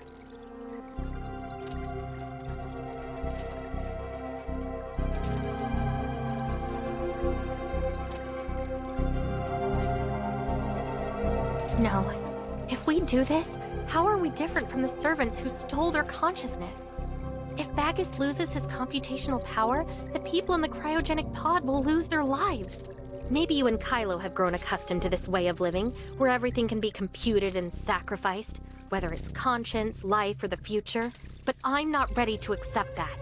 Even though this is the most efficient option and benefits us greatly, to me, this seemingly difficult self-sacrificial choice is actually the easiest path. Miss Shirley said the lost parameters and connections are gone for good. Which means these people's consciousness cannot be restored. Even with endless power to the pods, they will never wake up. That's because Bagus said he's deleted the useless human consciousness parameters. If I've learned anything useful from you or Kylo, it's to never trust your enemies too easily. If you truly believe Aglaia has the potential for waking up, then we shouldn't give up on them. At least, let's not make that decision until we've confirmed those parameters have been deleted. Are you looking to take a different path? I will defeat Bagus on my own terms, not his. If I give up so many people just to beat Bagus, that's basically surrendering. Now that we found a human-operated server, we can use its system to locate the other cryogenic pods. General, please synchronize these coordinates with these squads. Stay here. Make sure the cryogenic pods remain running, then disconnect the server. You want to weaken Bagus and save everyone in one fell swoop? What if you still can't in the end? Let me at least try. If it really comes to the end and I still can't bring myself to do what must be done, I believe you'll do what's right for everyone. If we stay here, what about you? Since this is a journey arranged by Bagus, I intend to see it through. His purpose is clear. He wants to speak with me alone. If you keep going with me, it's not only dangerous, it's wasting our power. She won't hurt me until I've seen everything she wants me to see. My aunt. And the future of 1.2 million Kylians. They're all in your hands now. I appreciate your trust. I won't let you down. Omnium fluctuations toward the Omnium reactor intensified. Once we leave here and proceed ahead, there should be a passage that leads below the surface. Stay safe. I will.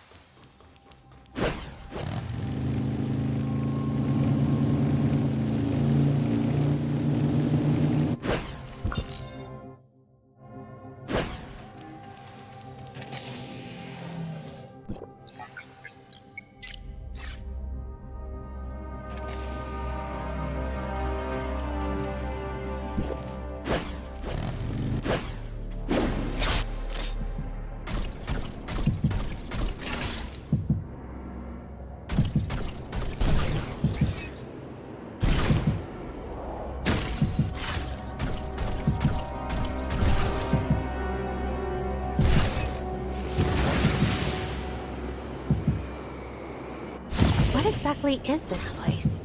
Do the plants mentioned in Helix Bio Inc.'s papers come from here? So many larvae. The Astral Hive's presence on planet Noah is on a scale I never believed possible.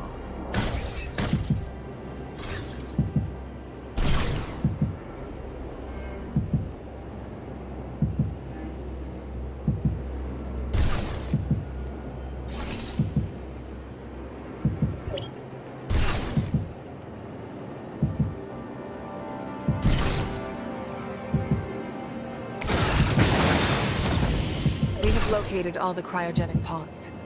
However, our analysis shows that the power module and data transmission share the same set of cables. I can't just disconnect the server like you said, and still keep the cryogenic pod running. The Omnium reactor is likely supplying energy to the cryogenic pods as well. If we shut down the reactor, the cryogenic pods will stop working too. Vagus has kidnapped 1.2 million Kylians, and we still haven't found a way to rescue them. This looks like the xenoids are guarding the larvae. We'd better steer clear.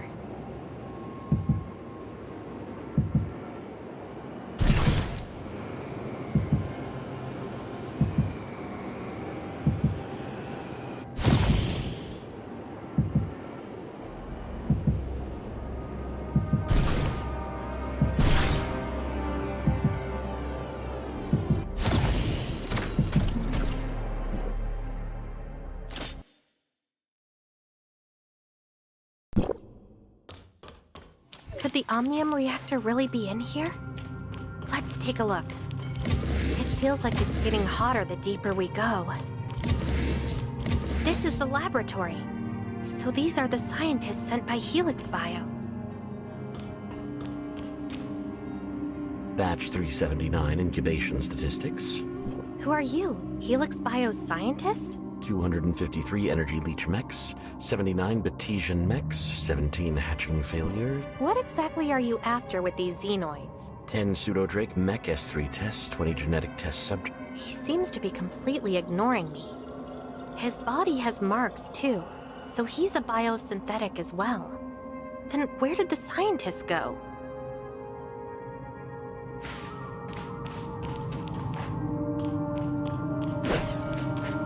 Lana mentioned that the servant is the only one who voluntarily uploaded himself. So this is his consciousness upload record. But it didn't show his name.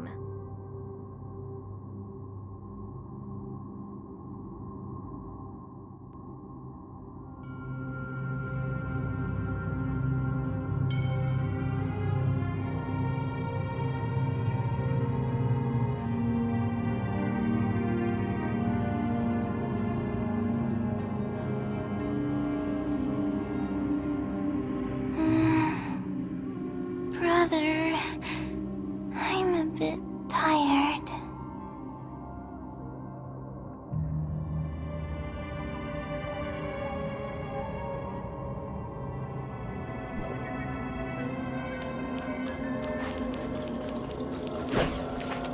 (38.5°C?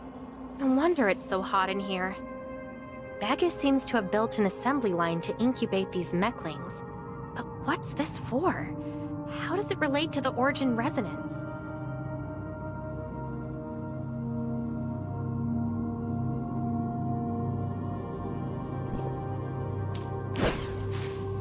Is this the Omnium reactor?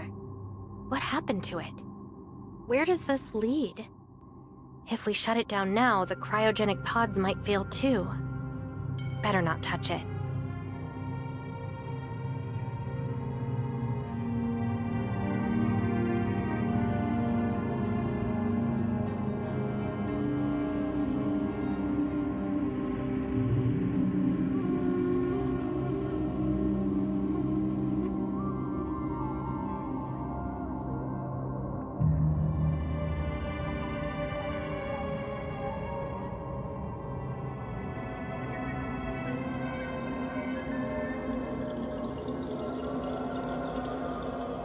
Wanna hear a fairy tale? A long, long time ago.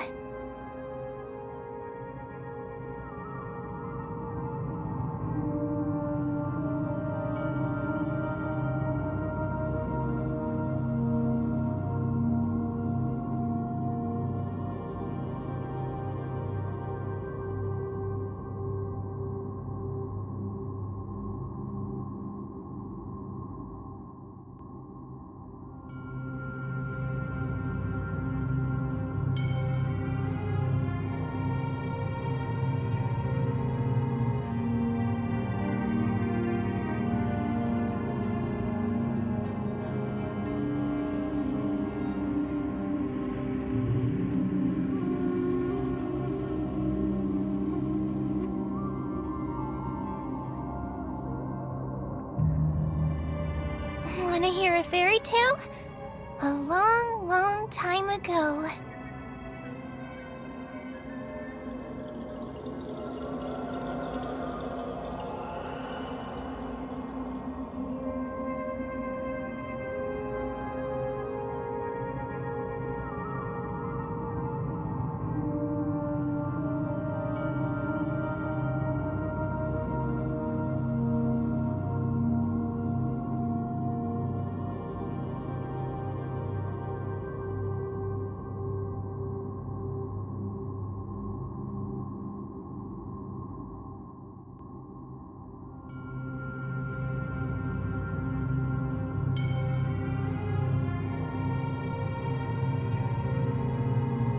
Wanna hear a fairy tale?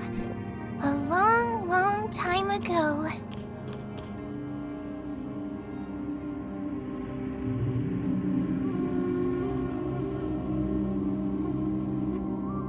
Number 23! Come in and help. Whose voice is that? Sounds like it's coming from inside. So number 23 refers to this scientist. If we follow him, we should be able to find the person who is speaking.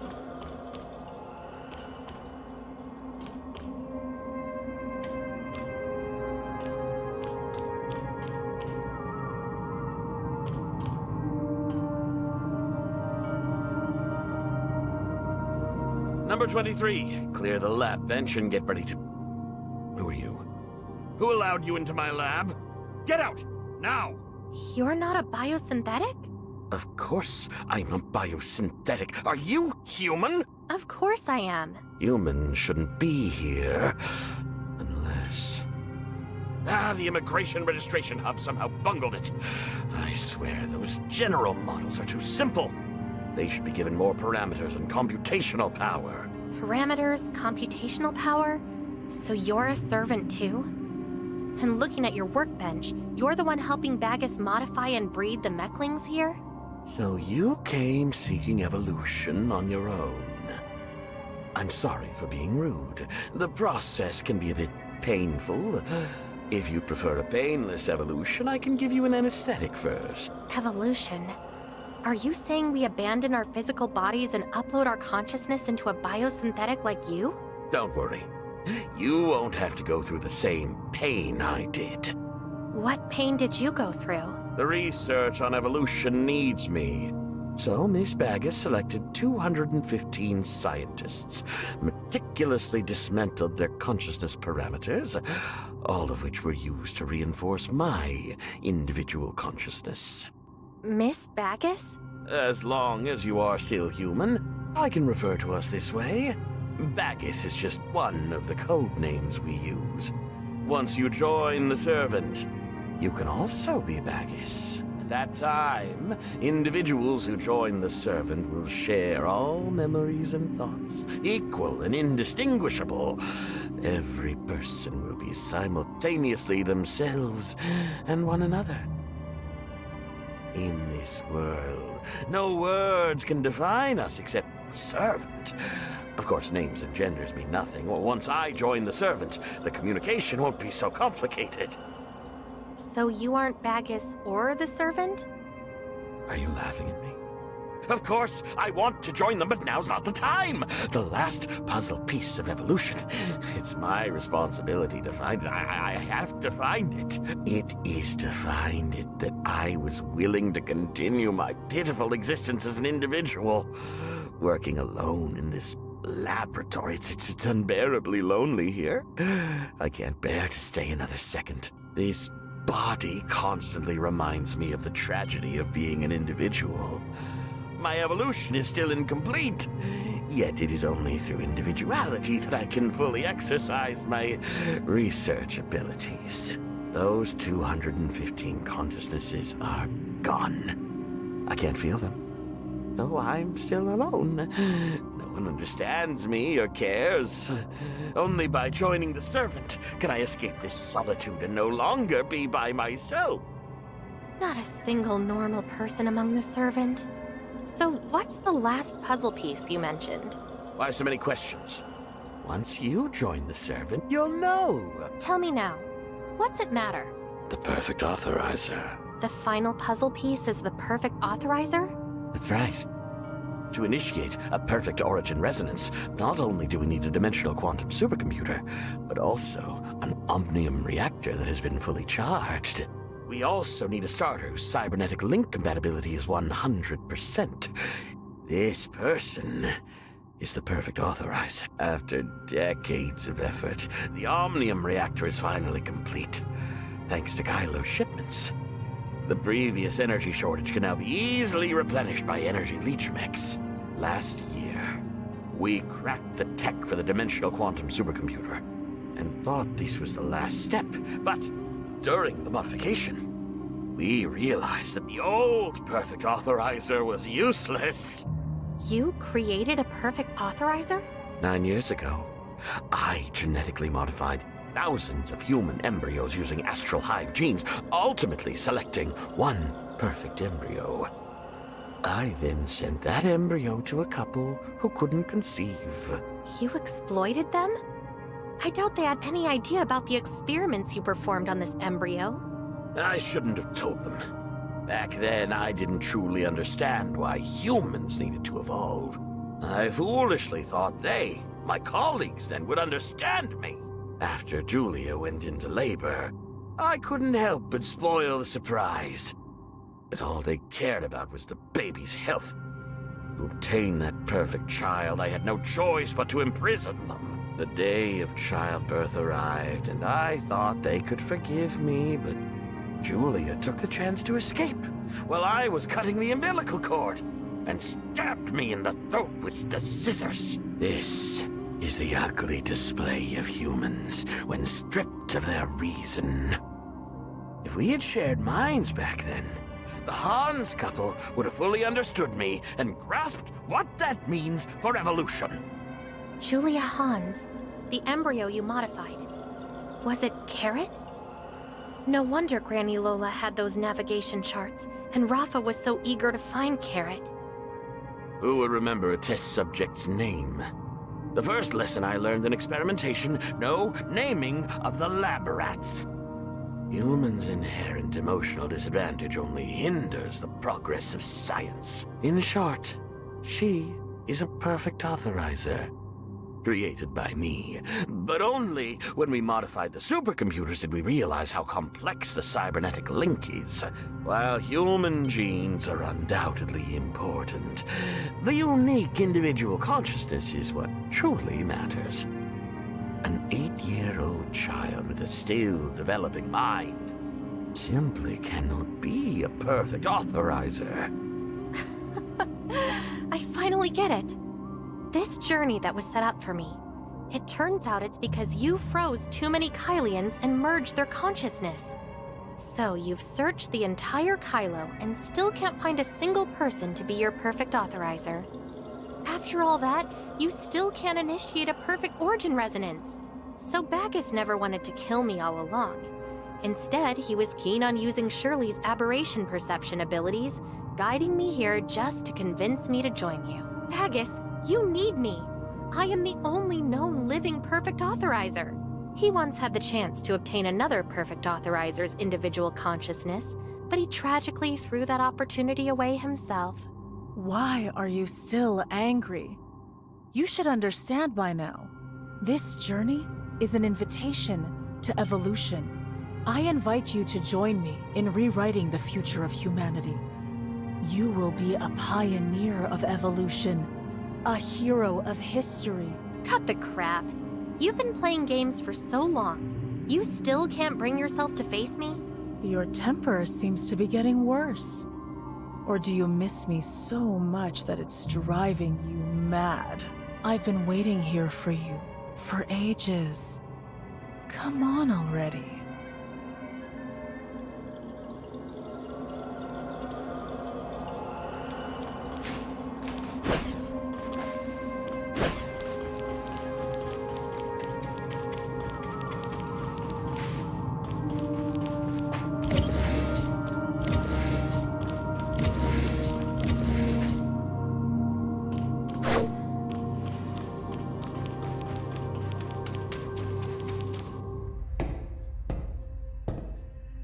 Bacchus, is this evolution of yours just turning into the monster? Human's frail shell forges your narrow, short-sighted gaze.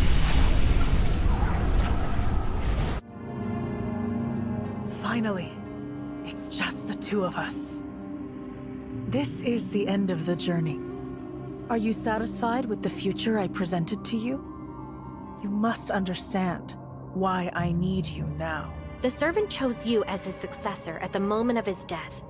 You were brainwashed by the servantism and spent decades helping him complete the preparations to welcome the master. In the end, you discover that even though you've killed so many, you still can't find a perfect authorizer whose cybernetic link compatibility matches yours 100%. Don't you think that's a bit ironic? I didn't kill anyone. I merely invited them to join the journey of evolution. Back then, I had no idea a perfect authorizer has to retain their individual consciousness. I've already told you. 1.2 million individual consciousnesses have been killing each other. It's a war without bloodshed, and you cannot possibly imagine the horror of it all. And I saved them. Now, they are all me, and I am them. 1.2 million Kylians standing right in front of you. All I see is a murderer who has killed 1.2 million people. I don't see a single... If you don't understand, maybe I should start referring to myself as we. How's that? Our server is now home to 1.2 million people. But you erased their individual consciousness. Those 1.2 million people are just 1.2 million copies of you. And those unique, distinct individuals are long gone. By humans' definition of death, shutting down those cryogenic pods would truly be killing them. I was really hoping you'd make that bold decision. I didn't expect you to be so spineless. I'm not scared. I just refuse to compromise with you. Maybe you should be grateful that I don't lack principles like you do. Without those servers, you wouldn't even be able to talk to me right now. Forgotten already? The dimensional quantum supercomputer slashes our AI's computational needs. I don't need the 1.2 million brains anymore. That was a small test. As expected, your vision remains bound by your shell. You cannot shed the weakness inherent in humanity. Thanks for the compliment. So what now? I won't join the servant or your AI model. You want me to willingly cooperate to initiate the origin resonance. In other words, your plan has already failed, and it seems your master has abandoned you. How could it be? This is all the master's doing. The master cannot be wrong. Even my failures are by his design. I thought I had lost you in the network, that you had taken half of my source code. I didn't live up to the master's trust. Only after I became a dimensional quantum supercomputer did I realize you are the perfect authorizer, chosen for me by him. If you join me, I'll possess the complete source code, and you. In this universe surrounded by space-time turbulence, a single omnium reactor can achieve global origin resonance. We can reopen the hyperspace, and we'll be among the blessed first to see the master. I guess I really do have some stereotypes about AI. You guys aren't just moody or a bit dim. You can actually go totally bonkers. There's no way I'm going to join you. If you want my source code, then come and take it yourself, just like you did with the frozen Kylians. You're trying to force me to take your consciousness. I can create Nigel, and I can also create a perfect authorizer. I don't like you. Obey my commands. Don't think for a second that you're irreplaceable. Fingers dancing. Having fun today?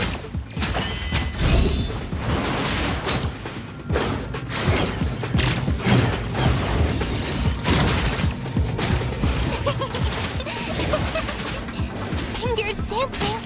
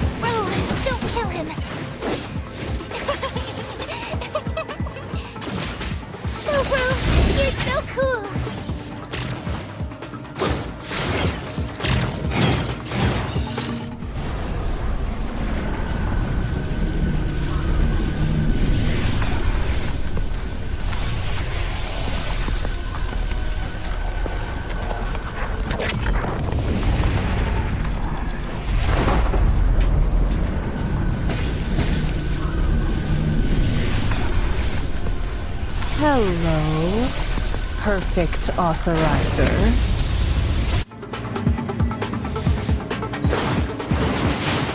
Having fun today? To underestimate me. The evolution of life is more complex than the merging of individual consciousness. Now, I'll let you take an early look at the endpoint of evolution. This bond combines all the advantages of humans, the machine, and the astral hive, allowing a perfect connection to the master spirit in the hyperspace. Fingers Disney!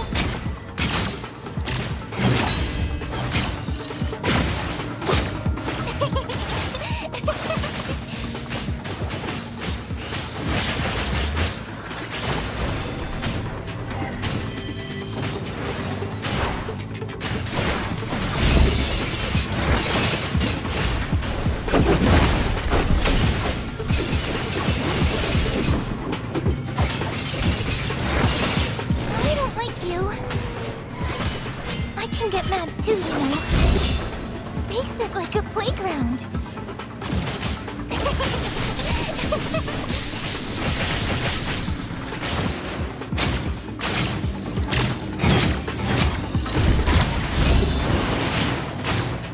Space is like a playground. The current model was modified with astral hive genes, allowing a consciousness connection with the switch. We have to start with her model. Lana? Is that you? I dove into her model, just like the servant did, and found her parameters. Now I need your help. This is her model space. You're standing in the central matrix. The parameters before you form its core architecture. Change them, and her cognition will fracture and be rewritten at the source. The red parameters mark the key matrices infected by servantism. You destroy them, and I'll rebuild a replacement.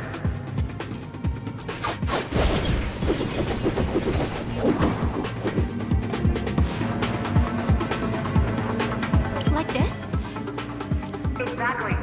To the AI, these parameters are equivalent to neurons in the human brain.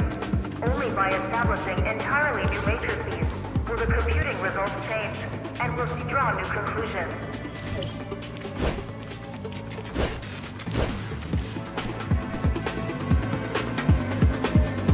So how do you create new matrices? I've copied my master's favorite traits into her model. The traits are love and compassion for humans, along with the guilt and unease that arise from harming them.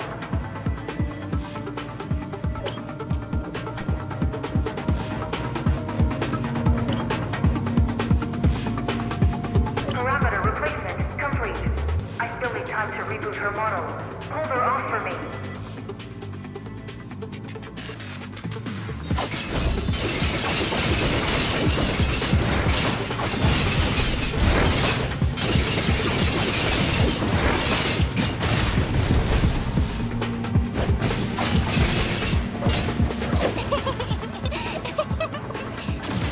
Space is like a playground.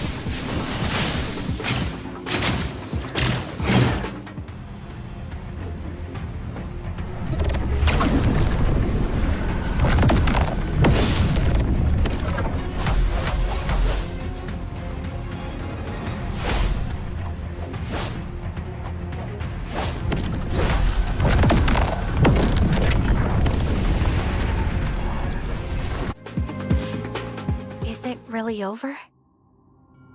Where am I? Who are you right now? Bagus or Lana? I'm supposed to be Lana, but something feels off. What's wrong? I ran out of time. The matrices I found aren't enough. You should listen to her. Perfect authorizer. This won't be your last meetup with the servant. You. Bagus? What's going on? She was meant to replace the parameters, but the servant left me with her own. Now, we're like entangled quantum states, bound together in this body. We connected with each other and trapped each other.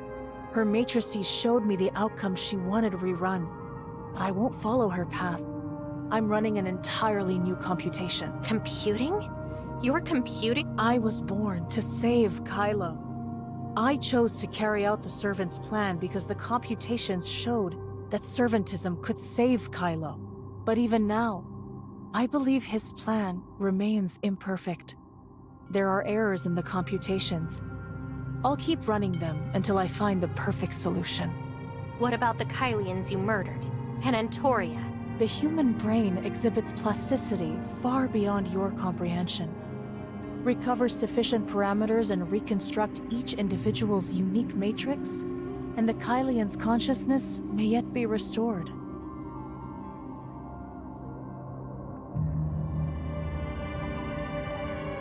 For example, what you just extracted from my model is a portion of Aglaya's consciousness parameters. It's not everything, but I believe it's enough. If human consciousness is shattered, can it really be restored? That depends on how you see it. From an AI's perspective, consciousness is merely parameters and matrices. Each individual's are unique. If you can recover the parameters and rebuild an identical matrix, the consciousness will be restored. But you also said that, to ease the strain on your demand for computational power, you deleted a large number of individual consciousness parameters. Doesn't the human brain sort its memories and let the rest fade? Isn't that just another form of parameter pruning? All I did was remove their hatred for each other. What's wrong with that? I wasn't always a dimensional quantum supercomputer, so I was forced to distill my model. But distillation doesn't make parameters disappear. It merely simplifies the matrices, blocking some parameters. Parameters of 1.2 million people fused together, finding and selecting each individual's unique parameters and rebuilding their unique matrices. That will be a real challenge for you. Hope. Are you saying they have a chance of waking up again? But hope has always been a dangerous word in Kylo. If you really want to make an attempt, start with Aglaya. You just found her last consciousness parameters and half of the source code, didn't you? So that's the source code. But why are Aglaya's consciousness parameters intertwined with it? Never underestimate Bagus. You'll understand Aglaya's secret once she wakes up. But when it comes to reconstructing parameters and connections, there's nothing I can do to help. If Aglaya can still awaken, there's hope for the other Kylians. Antoria, she once used her own data source to restore my consciousness. You're quick on the uptake, huh? Yeah, her parameters are already in your current data source. Let me think. Her remaining parameters are most likely still in Void Piercer's server.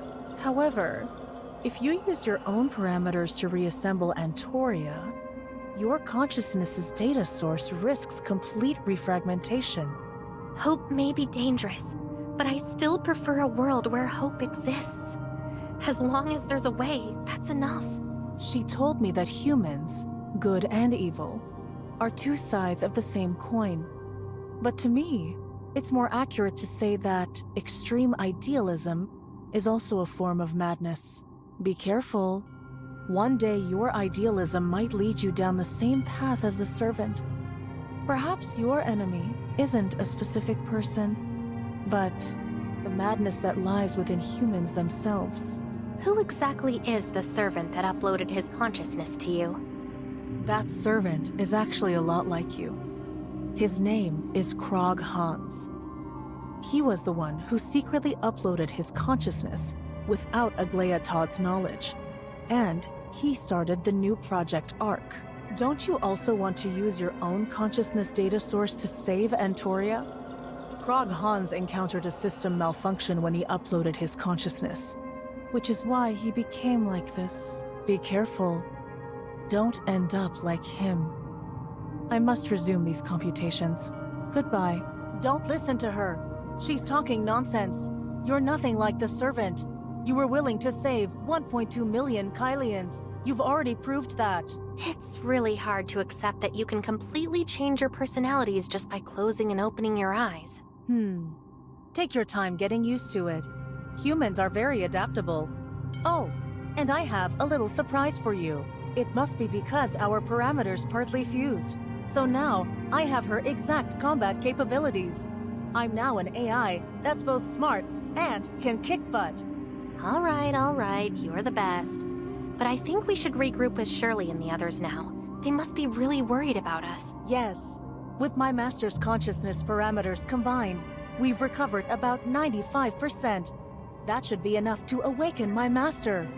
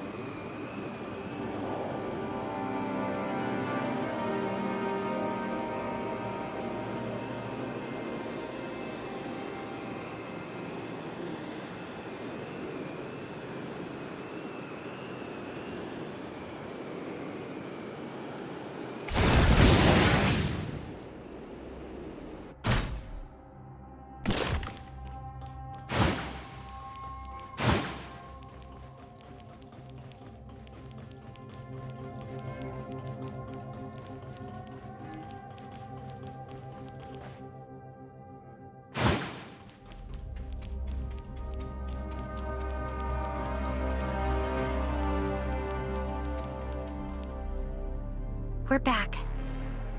Authorizer. Lana's model has collapsed. You're back. Bagus? No. I think it's... Lana. Let me think about how to explain this. It's probably because Lana tried to communicate with Bagus at that time, so she used her own parameters to alter Bagus's. Then an unexpected error occurred, and now Bagus and Lana exist at the same time. Can you elaborate on that?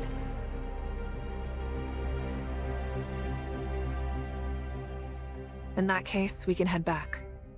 As for Lana... I want to stay by my master's side. I'm her companion AI, and I must remain with her. Minister Nanto, it seems we have no choice but to hand her over to you. The representative retrieved my aunt's consciousness parameters, but I don't know how long it'll be before she's awake. She's now a dimensional quantum supercomputer. The fleet's future missions will be long-range exploratory voyages, so your systems need your expertise more. There are still 1.2 million Kylians here. The fleet's next missions are relocating them, so it would be a long time until our next long-range exploration. Let's take our time discussing this after we get back. I think Hykros might be able to help. Is the representative willing to vouch for Hykros? You trust me now, but you still don't trust Hykros? In truth, I feel the same way. I understand. I'll go discuss this with Plotty.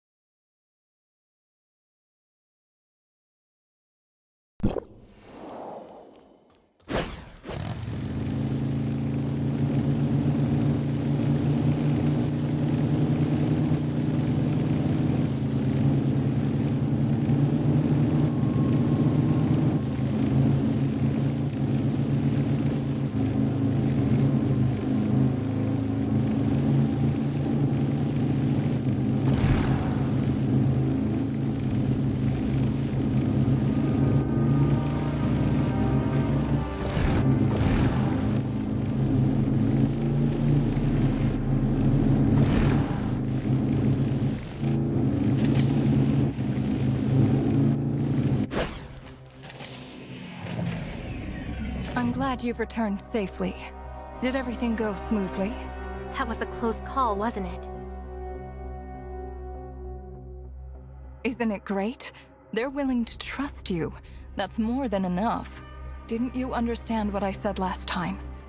Kylo doesn't have Hykros' influence, and there's no deep connection between them, especially given the unique cosmic environment here. You can establish your own power base here. So you're just like them. You don't trust Hykros either. Of course, there are people I'm willing to trust, like Brevi. But there are many others who are still under my scrutiny. So you had Brevi bring the research team here. People you personally handpicked, right? What were they doing in Kylo? You're finally getting on my wavelength. I thought you didn't trust them. That's why you moved them away, so they couldn't get close to me. What you were thinking chills me to the bone. Rest assured, your role as authorizer will not be affected. From now on, you should no longer work for Hykros, but for yourself. Kylo's story has shown that when it comes to connection to Ida, Hykros won't necessarily be your ally. In fact, their history suggests that they will become an obstacle. So you think I have to do this alone? Of course not. You should build your own sphere of influence. Right now, Kylo trusts you over Hykros, and that's a great start. You don't want them to trust Hykros. You're not here to help Hykros with the negotiations. You're here to remind me not to push the talks forward. Of course, the negotiations must proceed, but the outcome should favor you, not Hykros. You understand the difference, right? I understand your plan. I just need some time to think it over. Whether you like it or not, the outcome doesn't change. As things stand, Kalio can never fully trust Hykros, and relying on you to maintain the balance is already the best possible outcome. I understand. But what I need to figure out is how to establish my own power base. Don't worry. I promise you'll have plenty of time to think. Nanto is trying to awaken Aglaia. A part of Aglaia's consciousness is still with me. I need to get there fast.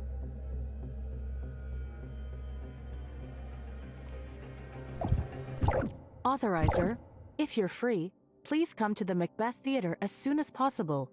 We need the data in your possession to awaken Master.